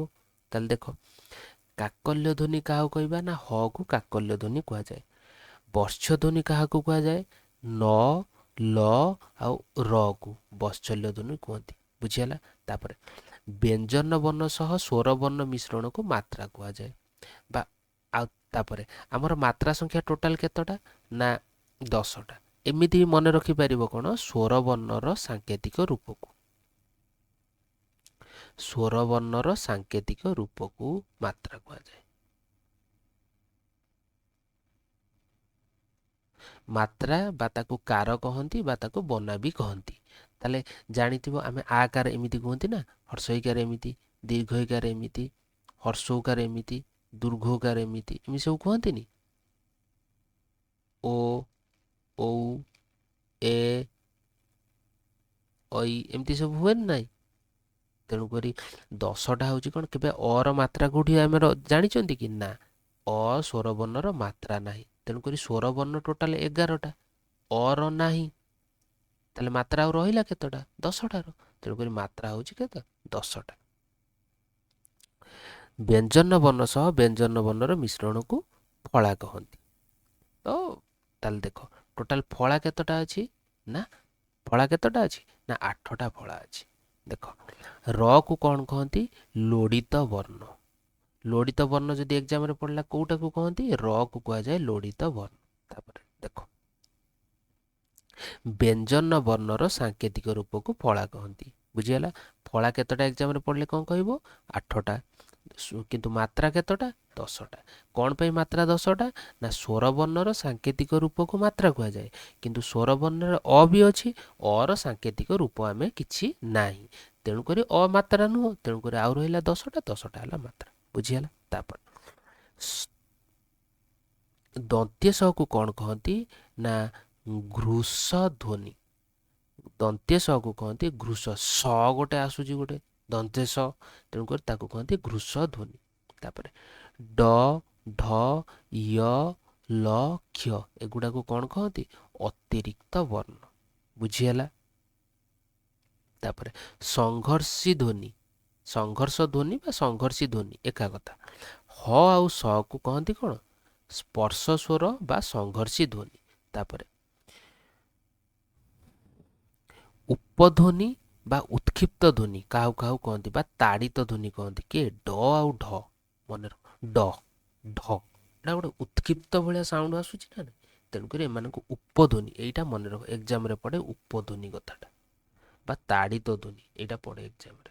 ତାଡ଼ିତ ଧ୍ୱନି ଆଉ ଉପଧ୍ୱନି ଲେଖିକି ପଚାରିବ ଏମାନଙ୍କ ମଧ୍ୟରୁ କେଉଁଟି ଉପଧ୍ୱନି ବା ତାଡ଼ିତ ଧ୍ୱନି। ଉତ୍କ୍ଷିପ୍ତ ତ କହିଲେ ଏଇଟା ଜାଣିଦେବେ ସମସ୍ତେ ତେଣୁକରି ଉତ୍କ୍ଷିପ୍ତ ଧ୍ୱନି ଯାହା ଉପଧ୍ୱନି ସେଇଆ ତାଡ଼ିତ ଧ୍ୱନି ମଧ୍ୟ ସେଇଆ ମନେ ରଖ। ତାପରେ ସ୍ପର୍ଶ ସଂଘର୍ଷୀ ଧ୍ୱନି ଚ ଛ ଜ ଝ ଚ ଛ ଜ ଝ ଏମାନଙ୍କୁ କହନ୍ତି ସ୍ପର୍ଶ ସଂଘର୍ଷୀ ଧ୍ୱନି ଏଗୁଡ଼ାକୁ। ବୁଝିହେଲା ତାପରେ ସଂଯୁକ୍ତ ବର୍ଣ୍ଣ ସଂଯୁକ୍ତ ବର୍ଣ୍ଣଟା ଏଟା ଆମେ କହିଦେଇପାରିବା ଐ ଆଉ ଓ କୁ ମନେ କର ଫାଷ୍ଟ ଯେତେବେଳେ ପଢ଼େଇଥିଲି ସାନ୍ଧ୍ୟ ସ୍ୱର ବୋଲି କହିଥିଲି ତାମାନେ ସେଇଟା ସଂଯୁକ୍ତ ହେଇକି ଅ ଆଉ ଇ ହେଲା ଐ ଓ ଆଉ ଉ ହେଲା ଔ ଔ ଓ ଉ ଯେମିତି ଇୟ ଇ ଅ ଇ ପ୍ଲସ୍ ଅ ଇୟ ହେଲା କି ନାହିଁ ତ କ୍ଷୟ ହେଲା କ ପ୍ଲସ୍ ସ ଯେମିତି ଜାଣିଛନ୍ତି ଆମେ। ବୁଝିହେଲା ତ ଏଇ ଯେଉଁ ଐ ଔ ଇୟ ଆଉ କ୍ଷ ଏଗୁଡ଼ାକୁ କହନ୍ତି ସଂଯୁକ୍ତ ବର୍ଣ୍ଣ। ତାପରେ ଲୋଡ଼ିତ ଧ୍ୱନି କାହାକୁ କହନ୍ତି ନା ର କୁ କହନ୍ତି ଏଇଟା ଲେଖିଥିଲି ଏଇଠି ଲୋଡ଼ିତ ବର୍ଣ୍ଣ ହେଲା ର ତାହେଲେ ଲୋଡ଼ିତ ଧ୍ୱନି ବି ର ହେଇଯିବ ବା ତାକୁ କହନ୍ତି ଆଉ ଗୋଟେ ନାଁ ହେଲା ଲୁଣ୍ଠିତ ଧ୍ୱନି ଏଇଟା ମନେ ରଖ। ଲୁଣ୍ଠିତ ଧ୍ୱନି ଯଦି ପଡ଼େ ଏକ୍ଜାମରେ କେବେ ସେଟା ହେଉଛି ର। ପାର୍ଶ୍ୱିକ ଧ୍ୱନି କାହାକୁ କହନ୍ତି ଳ ଆଉ ଲ ଦୁଇଟା ବର୍ଣ୍ଣକୁ ପାର୍ଶ୍ୱିକ ଧ୍ୱନି ବୋଲି କୁହାଯାଏ। ବୁଝିହେଲା ତାପରେ ଅର୍ଦ୍ଧସ୍ୱର ବା ଅର୍ଦ୍ଧ ବ୍ୟଞ୍ଜନ ମାନେ ସିଏ ଅର୍ଦ୍ଧସ୍ୱର ଆଉ ଅର୍ଦ୍ଧ ବ୍ୟଞ୍ଜନ କିଏ ଉ ଆଉ ଇୟ ମନେ ରଖ ଏଗୁଡ଼ାକୁ ସବୁ ମନେ ରଖ। ଅର୍ଦ୍ଧସ୍ୱର କିଏ କିଏ ନା ଉ ଆଉ ଇୟ ମାନେ ଅର୍ଦ୍ଧା ସ୍ୱର ଭଳିଆ ଫିଲ୍ ହୁଏ ସେଗୁଡ଼ାକ ଅର୍ଦ୍ଧ ବ୍ୟଞ୍ଜନ ଆଉ ଅର୍ଦ୍ଧସ୍ୱର। ବୁଝିହେଲା ତାପରେ ଆନୁନାସିକ ବର୍ଣ୍ଣ ତାହେଲେ ଏଇ ନାସା ୱାର୍ଡରୁ ଲାଗିଲାଣି କ'ଣ ନାକରୁ ବାହାରୁଥିବା ଯେଉଁ ବର୍ଣ୍ଣ ଗୁଡ଼ାକ ନାକରୁ ଗୋଟେ ଣ ଣ ସାଉଣ୍ଡ ଶୁଭୁଥିବ। ତାପରେ ଦେଖ କିଏ କିଏ ଆନୁନାସିକ ବର୍ଣ୍ଣ ଟୋଟାଲ କେତେଟା ଅଛି ନା 7ଟା ଅଛି। କେମିତି 7ଟା ହେଲା ନା ଆମେ ଯେଉଁ କଚଟ ତପର କ ଚ ଟ ତ ପର ଏ କଚଟ ତପର ସବୁ ବର୍ଗର ପଞ୍ଚମ ନମ୍ବର ଗୁଡ଼ାକ ସବୁ ବର୍ଗର ପଞ୍ଚମ ବର୍ଣ୍ଣ ପ୍ଲସ୍ ଅନୁସାର ଆଉ ଚନ୍ଦ୍ରବିନ୍ଦୁ ଏଇ 7ଟା ଇଏ 5ଟା ବର୍ଣ୍ଣ ଇଏ ହେଲା 2ଟା ବର୍ଣ୍ଣ ତାହେଲେ 7ଟା ବର୍ଣ୍ଣ ହେଲେ କ'ଣ ନା ଆନୁନାସିକ। କ'ଣ ପାଇଁ ଏଗୁଡ଼ା ସବୁବେଳେ ନ ଣ ଭଳିଆ ସାଉଣ୍ଡ ଶୁଭେ ଦେଖୁନ ମାନେ ନାକରୁ ନାସାରୁ ସାଉଣ୍ଡଟା ଆସେ ନିୟ ଣ ନ ମ ଅନୁସାର ଚନ୍ଦ୍ରବିନ୍ଦୁ ଏଗୁଡ଼ା ସବୁ କ'ଣ ଗୋଟେ ନାକରୁ ବାହାରିଲା ଭଳିଆ ସାଉଣ୍ଡ ଶୁଭୁଛି ତେଣୁକରି ଏଗୁଡ଼ାକୁ ଆନୁନାସିକ ବର୍ଣ୍ଣ ମଧ୍ୟ କୁହାଯାଏ। ତାପରେ କିନ୍ତୁ ମନେ ରଖ ଏଇଟା ଏକ୍ଜାମରେ ପଡ଼େ କ'ଣ ନ ଆଉ ମ ଏହି ବର୍ଣ୍ଣଦ୍ୱୟ ଆନୁନାସିକ ଆମେ ଜାଣିଲେ ନିୟ ଣ ନ ମ ଆଉ ଅନୁସାର ଚନ୍ଦ୍ରବିନ୍ଦୁ ଏଇ 7ଟା ଯାକ ହେଲେ ଆନୁନାସିକ ବର୍ଣ୍ଣ। ତ ଏଇ ଆନୁନାସିକ ବର୍ଣ୍ଣ ଭିତରୁ ନ ଆଉ ମ ବି ଆନୁନାସିକ ବର୍ଣ୍ଣ କିନ୍ତୁ ଶବ୍ଦର ଯଦି ଷ୍ଟାର୍ଟିଂରେ ରହିବ ଏଗୁଡ଼ାକ ଆନୁନାସିକ ହେବେନି। ଯେମିତି କ'ଣ ମରେ କହିବି ମରଣ। ସପୋଜ ଗୋଟେ ୱାର୍ଡ କହିଲି ମରଣ, ଏଇ ମଟା ୱାର୍ଡର ଷ୍ଟାର୍ଟିଂରେ ରହିଲା, ଏଟା ସିଏ ଆଉ କ'ଣ ଗୋଟେ ନାକରୁ ବାହାରିଲା ଭଳିଆ ଶୁଭୁଛି କି? ମରଣ। କିନ୍ତୁ ଯଦି ମଝିରେ କି ଲାଷ୍ଟକୁ ରହିବ ସେଟା ନାକରୁ ବାହାରିଲା ଭଳିଆ ସାଉଣ୍ଡ ଶୁଭିବ, ତେଣୁକରି ସେଟା ହେଇଯିବ ଆନୁନାସିକ ସେତେବେଳେ। କିନ୍ତୁ ଯଦି ନ ଆଉ ମ ଯଦି ଷ୍ଟାର୍ଟିଂରେ ରହିବ ଗୋଟେ ଶବ୍ଦର, ସିଏ ହେବ ନାହିଁ କ'ଣ ନା ଆନୁନାସିକ ହେବେ ନାହିଁ। ବୁଝିହେଲା? ତାପରେ କ'ଣ ନା ମନେ ରଖ, ଙ ନିୟ ଣ ଆଉ ଳ, ଏଇ ଚାରିଟା ବର୍ଣ୍ଣ ପ୍ରଥମ ଅକ୍ଷର ରୂପେ ବ୍ୟବହୃତ ହୋଇପାରନ୍ତି ନାହିଁ ସାଧାରଣତଃ। ଙ ନିୟ ଣ ଆଉ ଳ, ଏଇ ଚାରିଟା ବର୍ଣ୍ଣ କେବେ ବି ପ୍ରଥମ ଅକ୍ଷର ରୂପେ ବ୍ୟବହାର ହୋଇପାରନ୍ତି ନାହିଁ। ବୁଝିହେଲା? ମାନେ ଗୋଟେ ଶବ୍ଦର ତୁମେ ଗୋଟେ ଳ ଲଗେଇ ଗୋଟେ ଶବ୍ଦ କହିପାରିବ କିଛି? ଳ ଳମଟ ଏମିତି କିଛି ୱାର୍ଡ ହେଇପାରିବ ଣ ଲଗେଇକି? ମୁଁ କହିବି ଣ ଜାମି, ଧର ଣ ଜାମି, ମାନେ ଣ ଲଗେଇକି କିଛି ଗୋଟେ ଶବ୍ଦ ବନେଇ ପାରିବି କି? ଷ୍ଟାର୍ଟିଂ ଣଟାକୁ ଷ୍ଟାର୍ଟିଂରେ ରଖିକି ପ୍ରଥମ ଅକ୍ଷର ରଖି କରିପାରିବି? କରିପାରିବିନି। ତେଣୁକରି ଙ ଣ୍ୟ ଣ ଆଉ ଳ, ଏ ଚାରିଟା ବର୍ଣ୍ଣ ଲଗେଇକି ଆମେ ଏଇ ଚାରିଟା ବର୍ଣ୍ଣକୁ ୟୁଜ୍ କରିକି ପ୍ରଥମରେ, ମାନେ ଶବ୍ଦର ପ୍ରଥମରେ ଯଦି ଆମେ ୟୁଜ୍ କରିକି କୌଣସି ଆମେ ଶବ୍ଦ ବନେଇ ପାରିବା ନାହିଁ। ବୁଝିହେଲା? ତାପରେ ଙ ଆଉ ନିୟର ଅଳ୍ପ କେତୋଟି ଶବ୍ଦରେ ମାତ୍ର ସୀମିତ। ହଁ, ଆମେ ଜାଣିଛନ୍ତି ବହୁତ କମ୍ ଶବ୍ଦରେ ଏଗୁଡ଼ାର ୟୁଜ୍ ଅଛି। ଙ ନିରୁତା ଓଡ଼ିଆ ଶବ୍ଦରେ ଏହାର ଏକକ ବ୍ୟବହାର ନାହିଁ। ର ଯେଉଁ ବ୍ୟବହାରଟା ବହୁତ କମ୍ ଅଛି ଓଡ଼ିଆ ଶବ୍ଦରେ। ବୁଝିହେଲା? ତାୱା ଏମିତି କେତେଟା ଅଳ୍ପ ଶବ୍ଦରେ ଅଛି। ଫଳା, ବ୍ୟଞ୍ଜନ ବର୍ଣ୍ଣ ପ୍ଲସ୍ ବ୍ୟଞ୍ଜନ ବର୍ଣ୍ଣର ସଂକ୍ଷିପ୍ତ ବା ଖଣ୍ଡିତ ସାଙ୍କେତିକ ରୂପ, ସେଟାକୁ ଫଳା କହନ୍ତି। ତାପରେ ଦେଖ, ମାତ୍ରା, ଫଳା ଓ ଯୁକ୍ତାକ୍ଷର। ଦେଖ, ଯେମିତି ମୁଁ କହୁଛି ବିଳାସ, ତାହେଲେ ବି ଆଗ ବର ହର୍ଷଇକାରେ ବି, ତାହେଲେ ବ ପ୍ଲସ୍ ଇ ହେଲା ବି। ଳା, ଳରେ ଆ କାର ମିଶିବ, ଳ ପ୍ଲସ୍ ଆ ହେଲା ଳା, ସ। ତବେ ସବୁବେଳେ ମନେ ରଖ, ଏଇ ଯେଉଁ ସ ଲେଖିଲେ ଆମେ ଏଟା ବ୍ୟଞ୍ଜନ ବର୍ଣ୍ଣ, ଏଟା ସବୁବେଳେ କେମିତି ନା ହଳନ୍ତ ପ୍ଲସ୍ ଅ ମିଶିକି ହେଇଥାଏ। ଯେକୌଣସି ଗୋଟେ ବ୍ୟଞ୍ଜନ ବର୍ଣ୍ଣ ତମେ ଲେଖିବ, ସିଏ ସବୁବେଳେ ତାର ସ୍ୱରବର୍ଣ୍ଣର ହଳନ୍ତ ପ୍ଲସ୍ ଅ ମିଶିକି ସେ ବର୍ଣ୍ଣଟି ହେଇଥିବ। ତାହେଲେ ୟା ପୂର୍ବରୁ ଆମେ ଜାଣିଛନ୍ତି କ'ଣ ନା ମାତ୍ରା କେତେଟା ଅଛି? ନା ମାତ୍ରା 10ଟା। ସ୍ୱରବର୍ଣ୍ଣର ସାଙ୍କେତିକ ରୂପକୁ ମାତ୍ରା ବା କାର କହନ୍ତି ନା। ତାହେଲେ 11ଟା ହେଉଛି ସ୍ୱରବର୍ଣ୍ଣ, ଅ ତ ନୁହଁ, ଅର କିଛି ସାଙ୍କେତିକ ରୂପ ନାହିଁ। ତାହେଲେ ଆଉ ରହିଲା 10ଟା, ତେଣୁକରି 10ଟା ହେଲା ମାତ୍ରା ବା କାର। ବୁଝିହେଲା? ତାପରେ ଅ ପ୍ରତିଟି ବ୍ୟଞ୍ଜନ ବର୍ଣ୍ଣ ସହିତ ମିଶିକରି ଥାଏ। ଅର ସାଙ୍କେତିକ ରୂପ ନାହିଁ, ବା ଅର ମାତ୍ରା ବା କାର ନାହିଁ। ବୁଝିହେଲା? ତାପରେ ଏଇ ଯେଉଁ କଟା କେମିତି ଲେଖିବା ନା କ ପ୍ଲସ୍ ଅ, ଏଇ ଯେଉଁ ହଳନ୍ତଟାକୁ ବା ହସନ୍ତ ମଧ୍ୟ କହନ୍ତି, ଏକୁ ବ୍ୟଞ୍ଜନ ବା ଅର୍ଦ୍ଧମାତ୍ରା ମଧ୍ୟ କୁହାଯାଏ। ବୁଝିହେଲା? ଏଇ ଯେଉଁ ହଳନ୍ତଟା ବା ହସନ୍ତ ବୋଲି ତାକୁ କହନ୍ତି, ଏଟାକୁ ବ୍ୟଞ୍ଜନ ବା ଅର୍ଦ୍ଧମାତ୍ରା ମଧ୍ୟ କହନ୍ତି। ବୁଝିହେଲା? ଦେଖ, ଏମିତି ଅର କିଛି ଅଛି କି? ନାହିଁ, ସାଙ୍କେତିକ ରୂପ ନାହିଁ।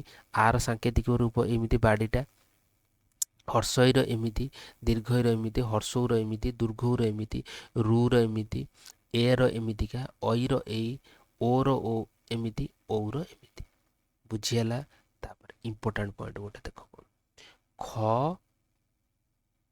ଥ ଆଉ ଧ, ଏଇ ତିନିଟା ଯେଉଁ ବର୍ଣ୍ଣର ହର୍ଷଇଟା ଏମିତି ବି ଲାଗି ହେବ, ଏଇଟା ବି ହର୍ଷଇରେ କାମ କରିବ। ତାହେଲେ କେବଳ ଏଇ ତିନିଟା ବର୍ଣ୍ଣରେ ହର୍ଷଇଟା ଦୁଇଟା ଉପାୟରେ ଲାଗିପାରିବ, ଉପରେ ଲାଗିପାରିବ, ଏମିତି ତଳରେ ଲାଗିପାରିବ, କେବଳ ଏଇ ତିନିଟା ବର୍ଣ୍ଣର ଖ, ଥ ଆଉ ଧ। ଦେଖୁନ, କ୍ଷୀୟ ଏମିତି ବି ଲେଖିଲେ ଠିକ୍, ଏମିତି ବି ଲେଖିଲେ ଠିକ୍। କଥିତ ଏମିତି ବି ଠିକ୍, ଥର ହର୍ଷଇକାରେ ଏମିତି ବି ଠିକ୍। ଅଧିକ ଅଧିକ। ବୁଝିହେଲା? ତାପରେ ଯେଉଁ ବ୍ୟଞ୍ଜନ ବର୍ଣ୍ଣର ସାଙ୍କେତିକ ରୂପକୁ ଆମେ ଯେଉଁ ଫଳା କହୁଛନ୍ତି, ଫଳା କେତେଟା ଅଛି ନା 8ଟା ଫଳା ଅଛି। କ'ଣ? ନ ଫଳା, ମ ଫଳା, ୟ ଫଳା, ର ଫଳା, ଳ ଫଳା, ଲ ଫଳା, ଉ ଫଳା ଆଉ ବ ଫଳା। ଦେଖ, ବ୍ୟଞ୍ଜନର ଫଳା କହନ୍ତି, ବ୍ୟଞ୍ଜନ ପ୍ଲସ୍ ବ୍ୟଞ୍ଜନକୁ ମଧ୍ୟ ଫଳା କହନ୍ତି, ବା ବ୍ୟଞ୍ଜନ ବର୍ଣ୍ଣର ସାଙ୍କେତିକ ରୂପକୁ ଫଳା କହନ୍ତି। ଦେଖ, ନ ଫଳା ହେଲା ଏମିତି, ମ ଫଳାଟା ହେଲା ଏମିତି, ୟ ଫଳାଟା ହେଲା ଏମିତି, ର ଫଳାଟା ଏମିତି, ଳଟା ଏମିତି, ଲଟା ଏମିତି, ଏମିତି ଏମିତି ଲ ଫଳା। ୱ ଫଳାଟା ଏମିତି, ବ ଫଳା ବି ସେମିତି। ୱ ଆଉ ବ ଫଳାଟା ସମାନ। ବ ଫଳା କେବଳ ହଳନ୍ତ ମରେ ଲାଗେ। ଦେଖ ହଲନ୍ତ ମରେ ଲାଗେ। ଏମିତି ବ ଫଳାଟା କୋଉଠି ଲାଗେ? କଦମ୍ବ ବ ଏଇଠି। ତାପରେ ବୁଝିଲା ବ ଫଳାଟା କେବଳ ହଳନ୍ତ ମରେ ଲାଗେ। ତାହେଲେ କଦମ୍ବ, ଡିମ୍ବ, ଶିମ୍ବ, ଆମ୍ବ, ଶାମ୍ବ ଏଗୁଡ଼ା ସବୁ ବ ଫଳା ଲାଗୁଛି ଏଠି। ବୁଝିହେଲା? ରୁ ହଉଛି ଗୋଟେ କ'ଣ ନା କାର ଆଜୁଏଲାଜ ଫଳା।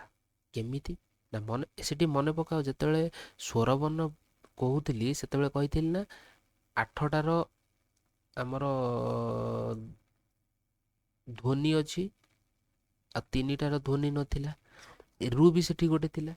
ଦେଖ ରୁ କାର ହଉଛି କ'ଣ ନା ରୁ ହଉଛି ଗୋଟେ କାର ଆଉ ଆଜୁଏଲାଜ ଫଳା। କେମିତି ନା ଦେଖ ବ୍ୟଞ୍ଜନ ବର୍ଣ୍ଣ ଫାଷ୍ଟ ଯଦି ରହିଲା ତାପରେ ଯଦି ର ଆଇଲା ସେଟା ହେଇଯିବ ଫଳା, ରେ ର ଫଳା ହେଇଯିବ। ବୁଝିହେଲା? କିନ୍ତୁ ଫାଷ୍ଟ ଯଦି ର ଆଇଲା ତାପରେ ବ୍ୟଞ୍ଜନ ବର୍ଣ୍ଣ ଆସିଲା ସେଟା ହେଇଯିବ କନଭର୍ଟ ହେଇଯିବ ରେଫ୍କୁ। ରେଫ୍ ବୋଲି ଚିହ୍ନଟା ଯୋଉଟା କହୁଛନ୍ତି। କେମିତି ଏକ୍ଜାମ୍ପଲ ଦେଖ, ପ୍ରଥମେ ବ୍ୟଞ୍ଜନ ବର୍ଣ୍ଣ ପରେ ଆସିବ ର। ଦେଖ ଚକ୍ର, ଚକ୍ର, କ ର ଆସୁଛି ଚକ୍ର, କ୍ର କ୍ର କ୍ର ମାନେ କ ପରେ ଆସୁଛି ନା ର। ତେଣୁକରି ଦେଖ ଏଇଟା କେମିତି ଜାଣିବ କୋଉଟା କାହା ପରେ? ମନେ ରଖ ଯିଏ ଫାଷ୍ଟ ଆସେ ସିଏ ଉପରେ ରୁହେ, ହଁ କି ନା? ତମ ଲାଇଫରେ ଯିଏ ଫାଷ୍ଟ ଆସିଥିଲା ସିଏ ଉପରେ ରହୁଥିଲା, ଆଉ ଯିଏ ପରେ ଆସିଥିବ ସିଏ ସବୁବେଳେ ତମ ତଳେ ରହୁଥିବ। ତମେ ତାକୁ ଟିକେ ତଳ ଦର୍ଜା ଦଉଥିବ, ହଁ କି ନା? ତେଣୁକରି ଯଦି ଦେଖ ଏଇଠି ଏଇଠି ର ଆଗ ଆଇଲା ତେଣୁକରି ସେ ଉପରେ ରହିବ, ମଥା ଉପରେ ଚଢ଼ିକି ରହିବ ସବୁବେଳେ ପାଇଁ। ଯଦି ର ଆସିଛି ତଳେ ପଛରେ ସିଏ ସବୁବେଳେ ତଳେ ରହିବ ସବୁବେଳେ। ବୁଝିହେଲା କ'ଣ କହିଲି? ତାହେଲେ ଦେଖ ଏଇଠି ଚକ୍ର, ନକ୍ର, ବକ୍ର, କ୍ର, ବକ୍ର, କ୍ର ମାନେ କ ପରେ ଆସୁଛି ର, କ ପରେ ଆସୁଛି ର, ତେଣୁକରି ବକ୍ର ହବ, ର ହେଇଯିବ ତଳେ। ରେଫ୍ କେତେବେଳେ ହବ ନା ଅର୍କ। ଦେଖ ଅର୍କ ଆମେ କହୁଛନ୍ତି, ଆମେ କ'ଣ କହୁଛନ୍ତି? ଅର୍କ, ଅର୍କ, ଅର୍କ, ଅର୍କ, ଅର୍କ ମାନେ ଆଗ ର ଆସୁଛି ତାପରେ କ ଆସୁଛି। ତେଣୁକରି ଆଗ ର ଆସିଛି ମାନେ ସେଟା ଉପରେ ରହିବ, ମଥା ଉପରେ। ଦ୍ୟାଟ୍ ଇଜ୍ ରେଫ୍ ହେଇକି ରହିବ। ବୁଝିହେଲା? ତାପରେ ଆସିଲା କ'ଣ ନା ବର୍ଣ୍ଣ ବିକଳ୍ପ ଦ୍ୱିତୀୟ, ମାନେ ଡବଲ କୋଉ କୋଉ ଲେଟରକୁ ବା କୋଉ କୋଉ ବର୍ଣ୍ଣକୁ ଆମେ ଡବଲ ୱେରେ ଲେଖିପାରିବା। ଟୋଟାଲ 10ଟାକୁ ଆମେ 10ଟା ବର୍ଣ୍ଣ ଅଛି ଯାହାକୁ ଆମେ ଡବଲ ଉପାୟରେ ଲେଖିପାରିବା। ଦେଖ ଚ, ଛ, ଜ, ମୂର୍ଦ୍ଧଣ ତ, ଦ, ଧ, ବ, ମ ଆଉ ଜ। ରେଫ୍ ଯୁକ୍ତ ହେଲେ ଏହି ବର୍ଣ୍ଣମାନଙ୍କର ବିକଳ୍ପରେ ଦ୍ୱିତୀୟ ହୁଏ। ଯେମିତି ଏକ୍ଜାମ୍ପଲ ବୁଝଉଛି କ'ଣ, ରେଫ୍ ଲାଗିଲେ ସେଠି ବିକଳ୍ପରେ ଦ୍ୱିତୀୟ ହେବ। ସେ କହୁଛି ଚର୍ଚ୍ଚା। ଦେଖ ଚର୍ଚ୍ଚା ଯେହେତୁ ରେଫ୍ ଲାଗିଛି ଏଇ ବର୍ଣ୍ଣଟାକୁ ଆମେ ଏମିତି ବି ଲେଖିପାରିବା, ମାନେ ଏଇଟା ବି ଠିକ୍ ଏଇଟା ବି ଠିକ୍। ଚର୍ଚ୍ଚା। ବୁଝିହେଲା? କ'ଣ ପାଇଁ ନା ଏଇ ଚ, ଛ, ଜ, ଝ, ଏଇ ଯେଉଁ ଚ, ଛ, ଜ, ମୂର୍ଦ୍ଧଣ ତ, ଦ, ଧ, ବ, ମ ଆଉ ଜ, ଏଇଗୁଡ଼ାକରେ ଯଦି ରେଫ୍ ଲାଗୁଛି କୌଣସି ବର୍ଣ୍ଣରେ ତାହେଲେ ସେଟାକୁ ଆମେ ଦିଟା ଉପାୟରେ ଲେଖିପାରିବା। ସେଥିପାଇଁ କହୁଛନ୍ତି ବର୍ଣ୍ଣ ବିକଳ୍ପ ଦ୍ୱିତୀୟ। ବୁଝିହେଲା? ଦେଖ ବର୍ଚ୍ଛା ଏମିତି ବି ଲେଖି ହେବ, ଏମିତି ବି ଲେଖିଲେ ଠିକ୍। ଜର୍ଜର। ବୁଝିହେଲା? ନିର୍ଣ୍ଣୟ। ଦେଖ ନିର୍ଣ୍ଣୟ ଏମିତି ବି ଠିକ୍, ନିର୍ଣ୍ଣୟ ଏମିତି ବି ଠିକ୍, ନିର୍ଦ୍ଧନ ଏମିତି ବି ଠିକ୍, ଏମିତି ବି ଠିକ୍। ବୁଝିହେଲା? ତାପରେ ଚରେ ଚ ମିଶିଲେ ଏଇଟା ହେଉଛି ଦ୍ୱିତୀୟ ଛ। କହୁଛନ୍ତି ଆମେ ଦ୍ୱିତୀୟ ଛ କହନ୍ତି ନା ନାଇଁ, ସେଟାକୁ ବର୍ଣ୍ଣ ବିକଳ୍ପ ଦ୍ୱିତୀୟ କୁହାଯାଏ। ଟରେ ଟ ମିଶିଲେ ଦ୍ୱିତୀୟ ଟ, ଦରେ ଧ ମିଶିଲେ ଦ୍ୱିତୀୟ ଧ। ତାହେଲେ ଚ, ଦ୍ୱିତୀୟ ଚ, ଦ୍ୱିତୀୟ ଟ, ଦ୍ୱିତୀୟ ଧ ଏଗୁଡ଼ିକୁ କ'ଣ କହନ୍ତି ନା ବଦ୍ଧାକ୍ଷରର ବର୍ଣ୍ଣ କୁହାଯାଏ। ମନେ ରଖ ବଦ୍ଧାକ୍ଷର, ଏମାନେ ସବୁ ବନ୍ଧନ ହିସାବରେ ଗୋଟେ ହେଇକି ରହୁନାହାନ୍ତି କି? ତେଣୁକରି ଏମାନଙ୍କୁ କହୁଛନ୍ତି ବଦ୍ଧାକ୍ଷରର ବର୍ଣ୍ଣ। ବୁଝିହେଲା? ତାପରେ ଯୁକ୍ତାକ୍ଷର। ଯୁକ୍ତାକ୍ଷର କ'ଣ ନା ବ୍ୟଞ୍ଜନ ବର୍ଣ୍ଣରେ ବ୍ୟଞ୍ଜନ ବର୍ଣ୍ଣ ମିଶିବାକୁ ଯୁକ୍ତାକ୍ଷର କୁହାଯାଏ। ତାହେଲେ ଅଦର ନେମ୍ କ'ଣ? ଯୁକ୍ତ ବର୍ଣ୍ଣ ବି କହନ୍ତି, ଯୁକ୍ତ ବ୍ୟଞ୍ଜନ ବି କହନ୍ତି। ଯୁକ୍ତାକ୍ଷରକୁ ଯୁକ୍ତ ବ୍ୟଞ୍ଜନ ବି କହନ୍ତି। ତମେ ଆମେ କହୁଛୁ ନା ଯୁକ୍ତାକ୍ଷର କ'ଣ? କ୍ଷ କ ପ୍ଲସ୍ ସ କି ନାହିଁ, କ ବି ବ୍ୟଞ୍ଜନ ବର୍ଣ୍ଣ, ସ ବି ବ୍ୟଞ୍ଜନ ବର୍ଣ୍ଣ। ତାହେଲେ ବ୍ୟଞ୍ଜନ ବର୍ଣ୍ଣରେ ବ୍ୟଞ୍ଜନ ବର୍ଣ୍ଣ ମିଶିଲେ ତ ଯୁକ୍ତାକ୍ଷର ହବ ନା ନାଇଁ? ବୁଝିହେଲା? ତାହେଲେ ଏବେ ଦେଖ, ଏବେ ସିଏ କହୁଛି ଆନୁନାସିକ ଯୁକ୍ତାକ୍ଷର। ଆଚ୍ଛା, ଏଇଠୁ ତମକୁ ଲାଗୁନି ଆନୁନାସିକ ଆଇଲାଣି? ଆନୁନାସିକ ମାନେ କ'ଣ? ନାସରୁ, ନାକରୁ ଯେଉଁଗୁଡ଼ା ବାହାରୁଥିବ। ଦେଖ, ଆମେ ଆନୁନାସିକ ବର୍ଣ୍ଣ କେତେଟା ଥିଲା ମନେ ପକୁଅ? ଆନୁନାସିକ ବର୍ଣ୍ଣ କେତେଟା ଥିଲା? 7ଟି ଥିଲା। କ'ଣ କ'ଣ? ନା ସବୁ ବର୍ଗର ପଞ୍ଚମ ଲେଟର ଗୁଡ଼ାକ, ମାନେ ୱ, ନ୍ୟ, ଣ, ନ ଆଉ ମ, ଏଗୁଡ଼ା ସବୁ ପଞ୍ଚମ ଲେଟର ନୁହଁ କି? ସେ ଯେଉଁ କଚଟ ତପର। ତେଣୁକରି ପଞ୍ଚମ ବର୍ଣ୍ଣ ପ୍ଲସ୍ ଅନୁସାର ଆଉ ଚନ୍ଦ୍ରବିନ୍ଦୁ, ଏଇ 7ଟା ନଥିଲେ କି ଆନୁନାସିକ ବର୍ଣ୍ଣ? ତାହେଲେ ଏଗୁଡ଼ାକୁ ଦେଖ କ'ଣ କ'ଣ ଆନୁନାସିକ ଯୁକ୍ତାକ୍ଷର। ଏଠି ସେଗୁଡ଼ା ଥିଲା ଆନୁନାସିକ ବର୍ଣ୍ଣ, ଏଠି ହେଉଛି ଆନୁନାସିକ ଯୁକ୍ତାକ୍ଷର କେମିତି ତିଆରି ହେଇଛି। ତ ଆନୁନାସିକ ଯୁକ୍ତାକ୍ଷର ଟୋଟାଲ ଯଦି ଏକ୍ଜାମରେ ପଡ଼ିଲା କେତେଟା କହିବ? ନା 20ଟା। କେମିତି ତିଆରି ହେଇଛି? ନା ଦେଖ, ଆନୁନାସିକ ବର୍ଣ୍ଣ କେଉଁଠୁ? କେଉଁମାନେ? ନା 5th ଲେଟର ଗୁଡ଼ାକ ୱ, ନ୍ୟ, ଣ, ନ ଆଉ ମ। ଆଚ୍ଛା, ସେ ଯେଉଁ କ ବର୍ଗର କ, ଖ, ଗ, ଘ, ଙ ଥିଲା ନା? ତାହେଲେ ଙଟା ଯଦି ଆନୁନାସିକ, ଙଟାକୁ ଅଲଗା ରଖିଦେଲି, ତାହେଲେ ରେ କ ଆଉ ଖ, ଗ, ଘ ବଳିଗଲେ, ତାହେଲେ ରେ କ ଥରେ ମିଶିପାରିବ, ହବ ନା ୱଙ୍କଙ୍କ। ରେ ଖ ମିଶିପାରିଲେ ହବ ୱଙ୍କଙ୍କ। ରେ ଗ ମିଶିଲେ ହବ ନା ୱଙ୍ଗଙ୍ଗ। ରେ ଘ ମିଶିଲେ ହବ ନା ୱଙ୍ଗଙ୍ଗ। ମନେ ପକାଅ। ସେମିତି ସେକେଣ୍ଡରେ ଯେଉଁଟା ରହିଲା କିଏ? ନ୍ୟ ରହିଲା। ନ୍ୟରେ ଆଉ ଯେଉଁ ସେଇ ବର୍ଗ ଚ, ଛ, ଜ, ଝ, ଣ୍ୟ, ନ୍ୟକୁ ସାଇଡ୍ କରିଦେଲି। ତାହେଲେ ନ୍ୟ ଯଦି ଚ ସାଙ୍ଗରେ ମିଶିଲା ହବ ଣଞ୍ଚନ ଚ, ଣ୍ୟଞ୍ଚନ ଛ, ନ୍ୟଞ୍ଜନ ଜ, ନ୍ୟଞ୍ଜନ ଝ। ହଁ କି ନା?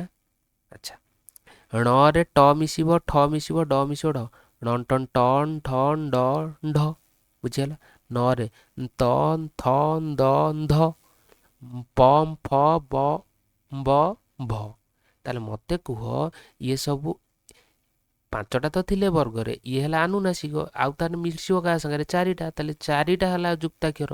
ଇଏ 4, ଇଏ 4, ଇଏ 4, ଇଏ 4, ଇଏ 4, ତାହେଲେ 4 5 20ଟା ଟୋଟାଲ ହେଲା ନା ନାଇଁ ଆନୁନାସିକ ଯୁକ୍ତାକ୍ଷର? ବୁଝିହେଲା? ତାହେଲେ ଏହି 20ଟି ଆନୁନାସିକ ଯୁକ୍ତାକ୍ଷରକୁ ଅନୁସାର ସାହାଯ୍ୟରେ ମଧ୍ୟ ଲେଖାଯାଇପାରେ। ତାହେଲେ କୋଶ୍ଚିନ୍ ଠିକ୍ ପଡ଼ିବ କ'ଣ? କେଉଁଗୁଡ଼ିକୁ ଅନୁସାର ସାହାଯ୍ୟରେ ମଧ୍ୟ ଲେଖାଯାଇପାରିବ? ଅପସନ୍ ଦେଇଥିବ 4ଟା। କ'ଣ କହୁଛି ବୁଝିହେଲା କି? ତାହେଲେ ଆମକୁ ସେଠି ଫାଇଣ୍ଡ ଆଉଟ୍ କରିବାକୁ ଅଛି ୟା ଭିତରୁ ଆନୁନାସିକ ଯୁକ୍ତାକ୍ଷର କେଉଁଟା। ଯେଉଁଟା ଆନୁନାସିକ ଯୁକ୍ତାକ୍ଷର ମାନେ ଏଇ 20ଟା ଭିତରୁ, ଏଇ 20ଟା ଭିତରୁ ଏମାନେ ହେଲେ ସବୁ ଆନୁନାସିକ ଯୁକ୍ତାକ୍ଷର। ଏଇମାନଙ୍କୁ ଆମେ କ'ଣ କରିବା? ନା ଅନୁସାର ବି ଲେଖିପାରିବା। କେମିତି? ଦେଖ, ଏକ୍ଜାମ୍ପଲ୍ ଦେଉଛି କ'ଣ? ନା ଦେଖ, ମନେକର ଲେଖା ହେଇଛି ବଙ୍କା, ୱଙ୍କଙ୍କ। ଏଠି ଲେଖା ହେଇଛି ବ ଙ୍କା। ଯେହେତୁ ଏଟା ଆନୁନାସିକ ଯୁକ୍ତାକ୍ଷର, କ'ଣ ୱଙ୍କଙ୍କଟା ଆନୁନାସିକ ଯୁକ୍ତାକ୍ଷର, ଆମେ କୁ ଅନୁସାର ଦେଇକି ମଧ୍ୟ ଲେଖିପାରିବା। କେମିତି ଲେଖିପାରିବ? ବଙ୍କା ଖାଲି। ବୁଝିହେଲା କ'ଣ କହିଲି? ଦେଖ, ସଂଖ୍ୟା ସ ୱଙ୍କଙ୍କ ରେଖା, ଏଇଟା ହେଲା ସଂଖ୍ୟା। ଆମେ ଜାଣିଛନ୍ତି ୱଙ୍କଙ୍କ ଖଟା ହେଉଛି, ଏଟା ହେଉଛି ଗୋଟେ ଆନୁନାସିକ ଯୁକ୍ତାକ୍ଷର। ତେଣୁକରି ଏକୁ ଆମେ ଅନୁସାର ମଧ୍ୟ ଦେଇକି ଲେଖିପାରିବ, ସଂଖ୍ୟା। ଇଏ ବି ଠିକ୍, ଇଏ ବି ଠିକ୍। ବୁଝିହେଲା କ'ଣ କହିଲି? ତାପରେ ହେଉଛି 2ଟା ବ୍ୟଞ୍ଜନ ବର୍ଣ୍ଣ ସଂଯୋଗରେ କ'ଣ ହେବ? ଯୁକ୍ତାକ୍ଷର କେମିତି ତିଆରି ହେଇପାରିଥିବ? ଏଇଟା ଦେଖୁନ, କରେ କ ମିଶିଲେ କ, କରେ ତ ମିଶିଲେ ତ, କରେ ଟ ହେଲା ଟ। 2ଟା ବ୍ୟଞ୍ଜନ ବର୍ଣ୍ଣ ମିଶୁଛି ନା ନାଇଁ? 2ଟା ବ୍ୟଞ୍ଜନ ବର୍ଣ୍ଣ ସଂଯୋଗରେ ଯୁକ୍ତାକ୍ଷର, ଏଇଟା ତା କହିବା କଥା। ବୁଝିହେଲା? ଦେଖ, କ ପ୍ଲସ୍ ସ ହେଲା କ'ଣ? କ୍ଷ। ଦେଖ, ତାପରେ 2ରୁ ଅଧିକ ବ୍ୟଞ୍ଜନ ବର୍ଣ୍ଣ ମିଶିକିରି ଯୁକ୍ତାକ୍ଷର ବି ବନେଇ ପାରିବେ। ଦେଖ, ଯେମିତି କ୍ଷ, କ୍ଷ ହେଉଛି ଗୋଟେ ଯୁକ୍ତାକ୍ଷର। କେମିତି? କ ସ ଆଉ ୟ ମିଶିଲା ହେଲା କ୍ଷ। ତ୍ୱ, ତ ତ ଉ ମିଶିଲେ ତ୍ୱ। ଛ, ତ ସ ଆଉ ନ ମିଶିଲେ ସ୍ନ ହେଉଛି। ବୁଝିହେଲା? ଏଗୁଡ଼ା ସବୁ କ'ଣ? 2ରୁ ଅଧିକ ବ୍ୟଞ୍ଜନ ବର୍ଣ୍ଣର ଯୁକ୍ତାକ୍ଷର ତିଆରି ହେଇଛି। ତାପରେ ଦେଖ, ଏକ୍ଜାମରେ ଏଇଟା ପଡ଼ିଛି ଅଲରେଡ଼ି। ବନାନ କାହାକୁ କୁହାଯାଏ? ଦେଖ, ଗୋଟିଏ ଶବ୍ଦରେ ଥିବା ବର୍ଣ୍ଣଗୁଡ଼ିକୁ ଯଦି ସେପାରେଟ୍ କରି ଲେଖିବାକୁ ବନାନ କୁହାଯାଏ। ତାହେଲେ ଗୋଟିଏ ଶବ୍ଦରେ ଥିବା ବର୍ଣ୍ଣଗୁଡ଼ିକୁ, ତାହେଲେ ଗୋଟେ ଶବ୍ଦ ମନେକର ମୁଁ ନେଲି ରମେଶ, ताले रमेशर सबु वर्ण गुडी को सेपरेट करिले वर्ण को सेपरेट करिले बुझिला क्वेश्चन पड़िबो रमेश एई वर्ड रे केतोटी वर्ण अछि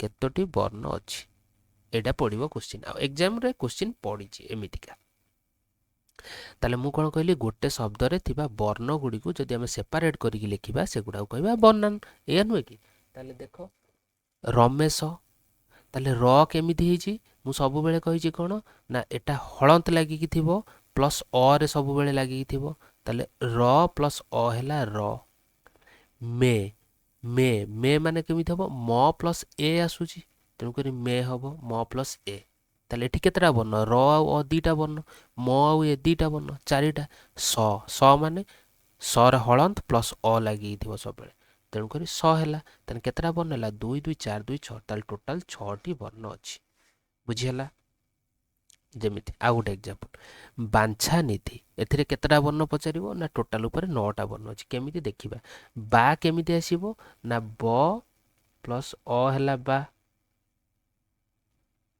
छा केमिति आसीबो ना नियंचन 6 निय प्लस 6 प्लस आ आगन 6 आसीबो 6 टा केमिति आसीबो हम पा सिखिचंती या पूर्वरु अनुनासिक जुक्ताक्षर रे निय प्लस 6 हबन 6 तापर आ लागि जी तेनु करे आ आइला तेनु करे एटा हे गला बांछा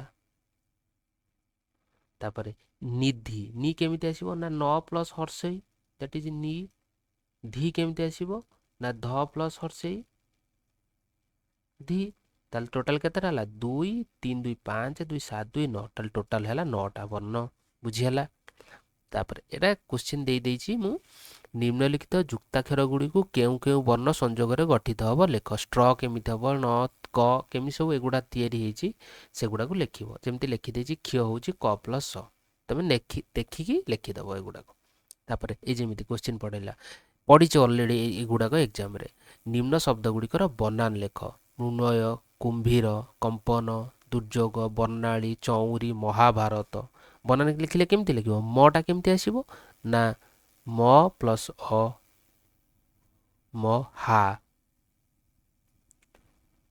ह प्लस आ हा तापरे भारत भा केमिति आसीबो ना भ जुक्त आ भारत र केमिति आसीबो ना र जुक्त अ त केमिति आसीबो त प्लस अ एमिति सब एडा को लिखिबो बुझियाला तापर एबे आसो क्वेश्चन करिबा एबे क्वेश्चन करिबा देखो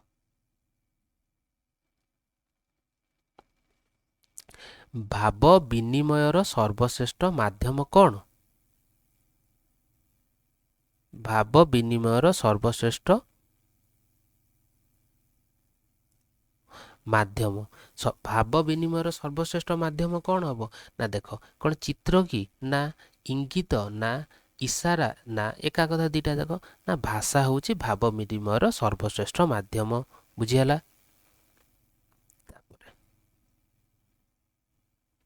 निम्नोक्त मध्यरु केउटी संस्कृतर निकटतम भाषा संस्कृतर निकटतम भाषा होची केउटा ना अपभ्रंश नुह प्राकृत नुह ओडिया होची संस्कृतर निकटतम भाषा बुझियाला ओडिया भाषा रे व्यवहृत वर्णमाला को केते भाग रे विभक्त करा जाय आमे जानिचंती ए जो वर्णमालाटा दी भाग रे विभक्त ना गोटे स्वर वर्ण आ गोटे थिला कोन व्यंजन वर्ण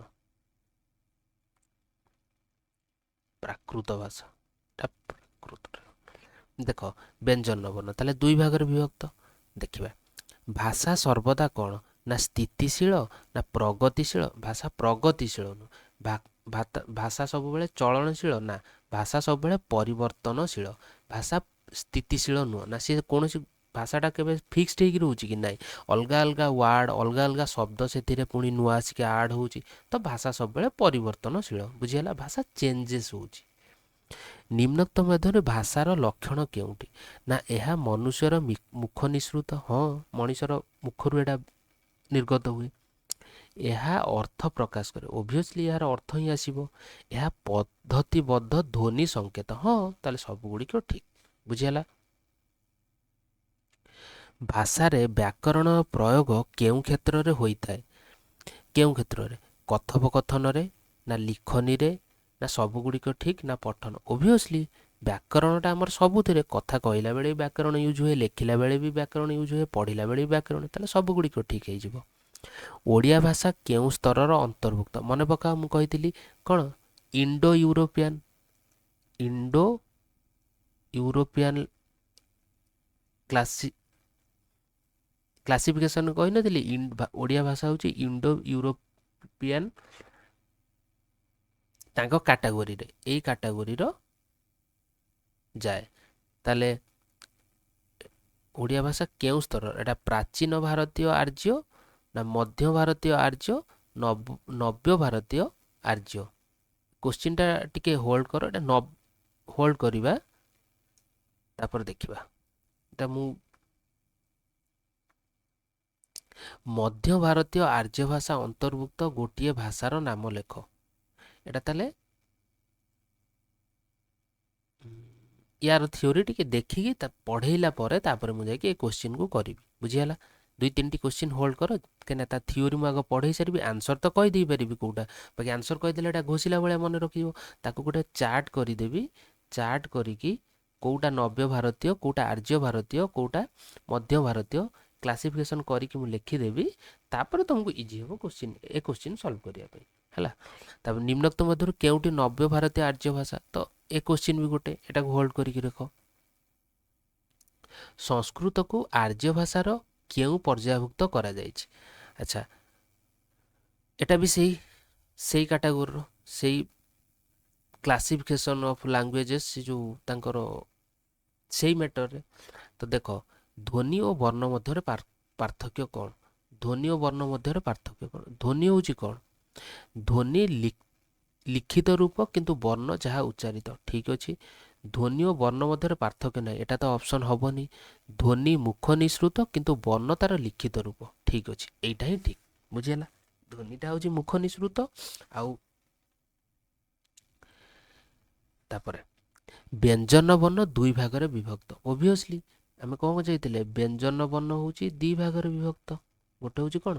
ବର୍ଗୀୟ ବ୍ୟଞ୍ଜନ, ଗୋଟେ ହେଉଛି ଅବର୍ଗୀୟ ବ୍ୟଞ୍ଜନ। ମନେ ପକାଅ, ବର୍ଗୀୟ ବ୍ୟଞ୍ଜନ ହେଉଥିଲା 25ଟା, ଟୋଟାଲ ବ୍ୟଞ୍ଜନ ବର୍ଣ୍ଣ କେତେଟା? 39ଟା। ବର୍ଗୀୟ ବ୍ୟଞ୍ଜନ 25ଟା, ଅବର୍ଗୀୟ ବ୍ୟଞ୍ଜନ 14ଟା।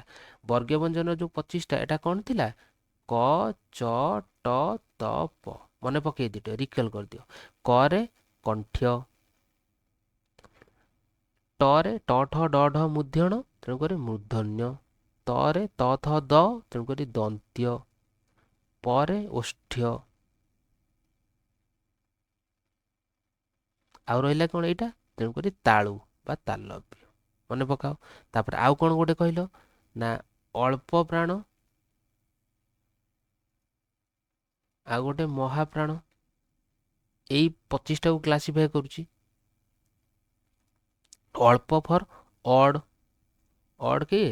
1 3 5। ଆଉ ଯିଏ ରହିଲା କିଏ? ମହାପ୍ରାଣ 2 ଆଉ 4। ତାପରେ ଅଘୋଷ, ସଘୋଷ। ଅଘୋଷ କିଏ ଥିଲା? 1 2। ସଘୋଷ କିଏ ଥିଲା? 3 4 5। ମନେ ପକାଅ।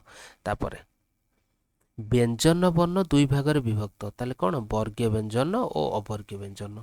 ତାପରେ ବର୍ଗୀୟ ବ୍ୟଞ୍ଜନକୁ କେତୋଟି ବର୍ଗରେ ବିଭକ୍ତି କରାଯାଏ? 5ଟା ବର୍ଗ ପରା। କଚଟ ତପ 5ଟି।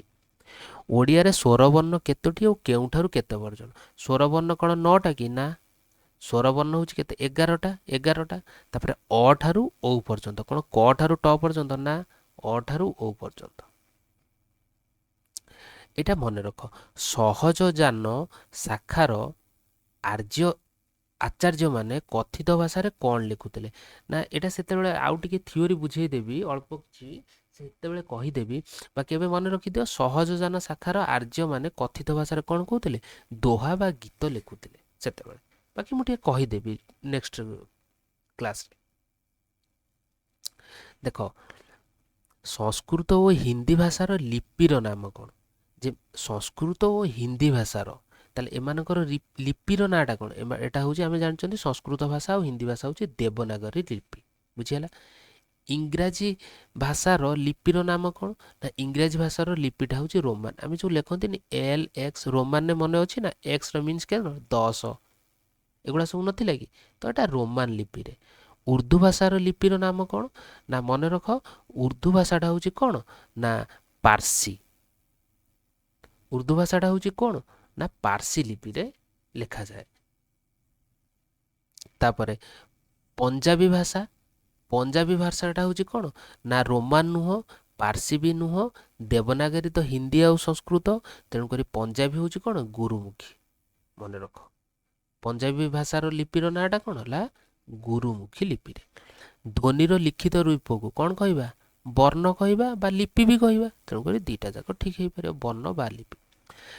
ଡ୍ୟାସ୍ ବର୍ଣ୍ଣର ସ୍ୱତନ୍ତ୍ର ଉଚ୍ଚାରଣ ନାହିଁ ତାହେଲେ କେଉଁ ବର୍ଣ୍ଣର ସ୍ୱତନ୍ତ୍ର ଉଚ୍ଚାରଣ ନାହିଁ ଉଚ୍ଚାରଣ କଥା କହିଛି ତାହେଲେ ଆର ତ ଉଚ୍ଚାରଣ ଅଛି ଅର ବି ଉଚ୍ଚାରଣ ଅଛି ଏର ବି ତ ଉଚ୍ଚାରଣ ଅଛି ତାହେଲେ ରୁର ତ ସ୍ୱତନ୍ତ୍ର ଉଚ୍ଚାରଣ ଅଛି କି ନାହିଁ। ଓଡ଼ିଆ ଭାଷାରେ ଡ୍ୟାସ୍ଟି ସ୍ୱର ଧ୍ୱନି ଅଛି ସ୍ୱର ଧ୍ୱନି କେତେଟା 8ଟା ମନେ ପକାଅ 8ଟି ସ୍ୱର ଧ୍ୱନି ଧ୍ୱନି ହେଉଛି 8ଟା। କେଉଁ ବର୍ଣ୍ଣକୁ ଉପବର୍ଣ୍ଣ କହିଥିଲି ନା ଉପବର୍ଣ୍ଣ ବା ଉପଧ୍ୱନି ବା ତାଡ଼ିତ ଧ୍ୱନି ମନେ ପକାଅ ତାଡ଼ିତ ଧ୍ୱନି କହିଥିଲି କ ଖ କି ନା ପ ଫ କି ନ ନ ମ ବି ନୁହଁ ଡ ଆଉ ଢକୁ କୁହାଯାଏ ଉପଧ୍ୱନି ବା ତାଡ଼ିତ ଧ୍ୱନି ବା ଉତ୍କ୍ଷିପ୍ତ ଧ୍ୱନି ମନେ ପକାଅ ବା ଉପବର୍ଣ୍ଣ ମଧ୍ୟ କୁହାଯାଏ। ତାପରେ ଅବର୍ଗ୍ୟ ବ୍ୟଞ୍ଜନର କେଉଁ ବର୍ଣ୍ଣଟି ଓଡ଼ିଆ ଭାଷାରେ ଯୁକ୍ତାକ୍ଷର ଓଡ଼ିଆ ଭାଷାରେ ଗୋଟେ ଯୁକ୍ତାକ୍ଷର ଅଛି ସିଏ ହେଉଛି କ୍ଷ ନା ଏଗୁଡ଼ା ନୁହଁ। ଓଡ଼ିଆରେ ସର୍ବମୋଟ ବର୍ଣ୍ଣ ସଂଖ୍ୟା କେତେଟା 50ଟି ବର୍ଣ୍ଣ। ସ୍ୱରବର୍ଣ୍ଣ ଗୁଡ଼ିକର ସାଙ୍କେତିକ ରୂପକୁ କ'ଣ କହନ୍ତି ମାତ୍ରା କୁହାଯାଏ। ଏଇଟା ଡାଇରେକ୍ଟ କ୍ୱେଶ୍ଚିନ୍ ବୁଝିବାର ଅଛି କ୍ୱେଶ୍ଚିନ୍ ଆନ୍ସର ଦେବାର ଅଛି। ଯୁକ୍ତ ବ୍ୟଞ୍ଜନର ସଂକ୍ଷିପ୍ତ ରୂପକୁ ଆମେ କ'ଣ କହୁ ବା ଡ୍ୟାସ୍ କହୁ ଯୁକ୍ତ ବ୍ୟଞ୍ଜନର ସଂକ୍ଷିପ୍ତ ରୂପକୁ କ'ଣ କହିବା ଆମେ ମାତ୍ରା କହିବା ସରି ଫଳା। ଯୁକ୍ତ ବ୍ୟଞ୍ଜନର ବ୍ୟଞ୍ଜନ ବର୍ଣ୍ଣର ସାଙ୍କେତିକ ରୂପକୁ ଫଳା କହନ୍ତି ସ୍ୱରବର୍ଣ୍ଣର ସାଙ୍କେତିକ ରୂପକୁ ମାତ୍ରା କହନ୍ତି ନା ତେଣୁକରି ଓଡ଼ିଆରେ କେତୋଟି ସ୍ୱରବର୍ଣ୍ଣ ଓ ବ୍ୟଞ୍ଜନ ବର୍ଣ୍ଣ କେତୋଟି ଅଛି ସ୍ୱରବର୍ଣ୍ଣ 11 ବ୍ୟଞ୍ଜନ ବର୍ଣ୍ଣ 39।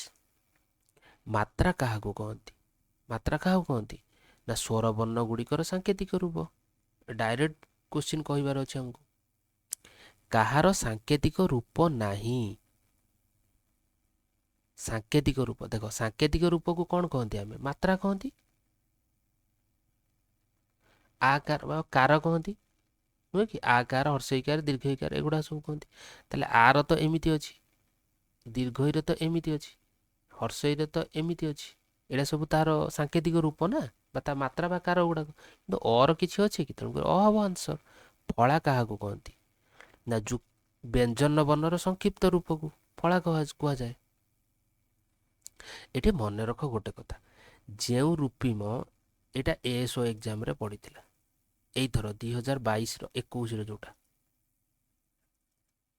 ଦେଖ ଯେଉଁ ରୂପିମ ଅନ୍ୟ କୌଣସି ରୂପିମର ବିନା ସାହାଯ୍ୟରେ ବ୍ୟବହୃତ ହୋଇପାରେ ତାହାକୁ କ'ଣ ମନେ ରଖ ରୂପିମ ହେଉଛି ଦୁଇ ପ୍ରକାରର ଗୋଟେ ହେଉଛି ମୁକ୍ତ ରୂପିମ ଗୋଟେ ହେଉଛି ବଦ୍ଧ ରୂପିମ ବୁଝିଗଲା। ଦେଖ ଯେଉଁ ରୂପିମ ଅନ୍ୟ କୌଣସି ରୂପିମର ବିନା ସାହାଯ୍ୟରେ ସେ କୌଣସି ବିନା ସାହାଯ୍ୟରେ ବ୍ୟବହୃତ ହୋଇପାରେ ମାନେ ସେ କାହାର ସାହାଯ୍ୟ ନେଉନି ତାହେଲେ ତାକୁ କ'ଣ କହିବା ଆମେ ମୁକ୍ତ ହିସାବରେ ସେ ରହିପାରୁଛି ତାକୁ ଟିକେ ମୁକ୍ତ ରୂପିମ କହିବା। ରୂପିମ ମାନେ ହେଉଛି କୌଣସି ଗୋଟେ ଭାଷାର ସବୁଠୁ ସର୍ଟେଷ୍ଟ ଯେଉଁ ହେଲା କ'ଣ କହିଲ ଧର ମୁଁ କହିଲି ଯେମିତି କ ମାନେ କ'ଣ ଜଳ ତ ଇଏ ଗୋଟେ ରୂପିମ ବୋଲି କୁହାଯାଇପାରିବ ବୁଝିହେଲା କ'ଣ କହିଲି। ଯେଉଁ ରୂପିମ ଅନ୍ୟ କୌଣସି ରୂପିମର ବିନା ସାହାଯ୍ୟରେ ବ୍ୟବହୃତ ହୋଇପାରିବ ତାକୁ କହିବା ମୁକ୍ତ ରୂପିମ। ଯେଉଁ ରୂପିମ ଅନ୍ୟ କୌଣସି ରୂପିମ ସହ ଯୁକ୍ତ ହୋଇ ଭାଷାରେ ବ୍ୟବହୃତ ହୁଏ ତାକୁ କହନ୍ତି କ'ଣ ନା ବଦ୍ଧ ରୂପିମ ବାସ୍। ବର୍ଗ୍ୟ ବ୍ୟଞ୍ଜନର କେତୋଟି ବର୍ଗ୍ୟ ଅଛି ବର୍ଗ୍ୟ ବ୍ୟଞ୍ଜନରେ କେତୋଟି ବର୍ଗ୍ୟ ବର୍ଣ୍ଣ ଅଛି ବର୍ଗ୍ୟ ବ୍ୟଞ୍ଜନ କେତେଟା 25ଟା 25টাରେ କେତେଟା ବର୍ଗୀୟ ବର୍ଣ୍ଣ 25ଟା ଅଛି। ଭାଷାର ଧ୍ୱନି ସଂକେତ ଗୁଡ଼ିକ ପଥିତବଦ୍ଧ ହୋଇ କ'ଣ ଗଠିତ ହୁଏ? ଭାଷାର ଧ୍ୱନି ସଂକେତ ଗୁଡ଼ିକ ପଥିତବଦ୍ଧ ହୋଇ ଶବ୍ଦ ଗଠିତ ହୁଏ। ଭାଷାରେ ଯେଉଁ ଧ୍ୱନି ସଂକେତ ଗୁଡ଼ାକ ପଥିତବଦ୍ଧ ଭାବରେ କ'ଣ ହେବ? ସେମାନେ ଶବ୍ଦ ଗଠନ କରନ୍ତି। ଅବର୍ଗୀୟ ବ୍ୟଞ୍ଜନରେ କେତୋଟି ବର୍ଣ୍ଣ? ଦେଖ ଏଟା ଲିପିତ ହବନି, ବର୍ଣ୍ଣ ହବନି, ରୂପୀ ମଧ୍ୟ ନୁହେଁ, ତେଣୁକରି ଶବ୍ଦ ହିଁ ହେଇପାରିବ। ଅବର୍ଗୀୟ ବ୍ୟଞ୍ଜନରେ କେତୋଟି ବର୍ଣ୍ଣ ଓଡ଼ିଆ ଭାଷାରେ ବ୍ୟବହୃତ? ଅବର୍ଗୀୟ ବ୍ୟଞ୍ଜନରେ କେତୋଟି ବର୍ଣ୍ଣ? ଅବର୍ଗୀୟ ବ୍ୟଞ୍ଜନରେ କେତୋଟି ବର୍ଣ୍ଣ ଅଛି? ବର୍ଗୀୟ ବ୍ୟଞ୍ଜନ ହେଲା 25, ଅବର୍ଗୀୟ ବ୍ୟଞ୍ଜନ ହେଲା କେତେଟା? 14ଟା। ତେଣୁକରି କେତେଟା ବର୍ଣ୍ଣ କେତୋଟି ବର୍ଣ୍ଣ ଓଡ଼ିଆ ଭାଷାରେ ବ୍ୟବହୃତ? 14ଟା। ଏଇ 14ଟା କିଏ ମନେ ପକାଇ ଦେଇପାରିବ? ଛକା ମାରିବ, 4ଟେ ମାରିବ, ତାପରେ 3ର ଅନ୍ୟଟା ନେବ, ସିଙ୍ଗିଲଟେ ନେବ। ଏଇ ସିଙ୍ଗିଲଟା ହେଲା କ'ଣ? କ୍ଷ। ଏଇ 3ଟା ହେଉଛି କ'ଣ? ମନେ ପକାଅ। ଏଇ 3ଟା ହେଲା କ'ଣ? ଆଶ୍ରିତ ବା ଅଯୋଗ ବାହ। ଏଇ 6ଟା ହେଉଛି କ'ଣ? ଏଇ 4ଟା ହେଉଥିଲା କ'ଣ? ସ ଆଉ ହ। ମନେ ପକାଉ, ଉଷ୍ମ ବର୍ଣ୍ଣ ଏଇଟା ହେଉଥିଲା। ଏଇ ଯେଉଁ 6ଟା ହେଉଥିଲା କ'ଣ? ଅର୍ଦ୍ଧସ୍ୱର। ରୂପିମ ଗୁଡ଼ିକ ପଥିତବଦ୍ଧ ହୋଇ କ'ଣ ଗଠନ କରନ୍ତି? ରୂପିମ ଗୁଡ଼ିକ ପଥିତବଦ୍ଧ ହୋଇ ଶବ୍ଦ ଗଠନ କରନ୍ତି। ଓଡ଼ିଆରେ ଆନୁନାସିକ ବର୍ଣ୍ଣ ସଂଖ୍ୟା କେତେଟା? ଦେଖ ଆନୁନାସିକ ବର୍ଣ୍ଣ ମନେ ପକାଅ। ଆନୁନାସିକ ବର୍ଣ୍ଣ କ'ଣ? ନା ସବୁ ବର୍ଗର 5th ବର୍ଣ୍ଣ, ପଞ୍ଚମ ବର୍ଣ୍ଣ ପ୍ଲସ୍ ଅନୁସାର ଆଉ ଚନ୍ଦ୍ରବିନ୍ଦୁ। ଏଇ 7ଟା ଟୋଟାଲ ନଥିଲା କି ଅନୁନାସିକ ବର୍ଣ୍ଣ? ଯେତେବେଳେ ପଢ଼ଉଥିଲି ସେତେବେଳେ ବୁଝଉଥିଲି। ସବୁ ଯେଉଁ କଚଟ ତପର, କ ଚ ଟ ତପର ଯେଉଁ ପଞ୍ଚମ ବର୍ଣ୍ଣ ସବୁ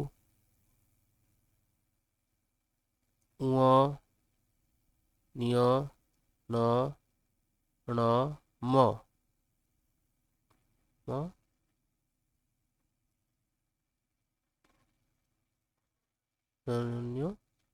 ବୁଝିହେଲା?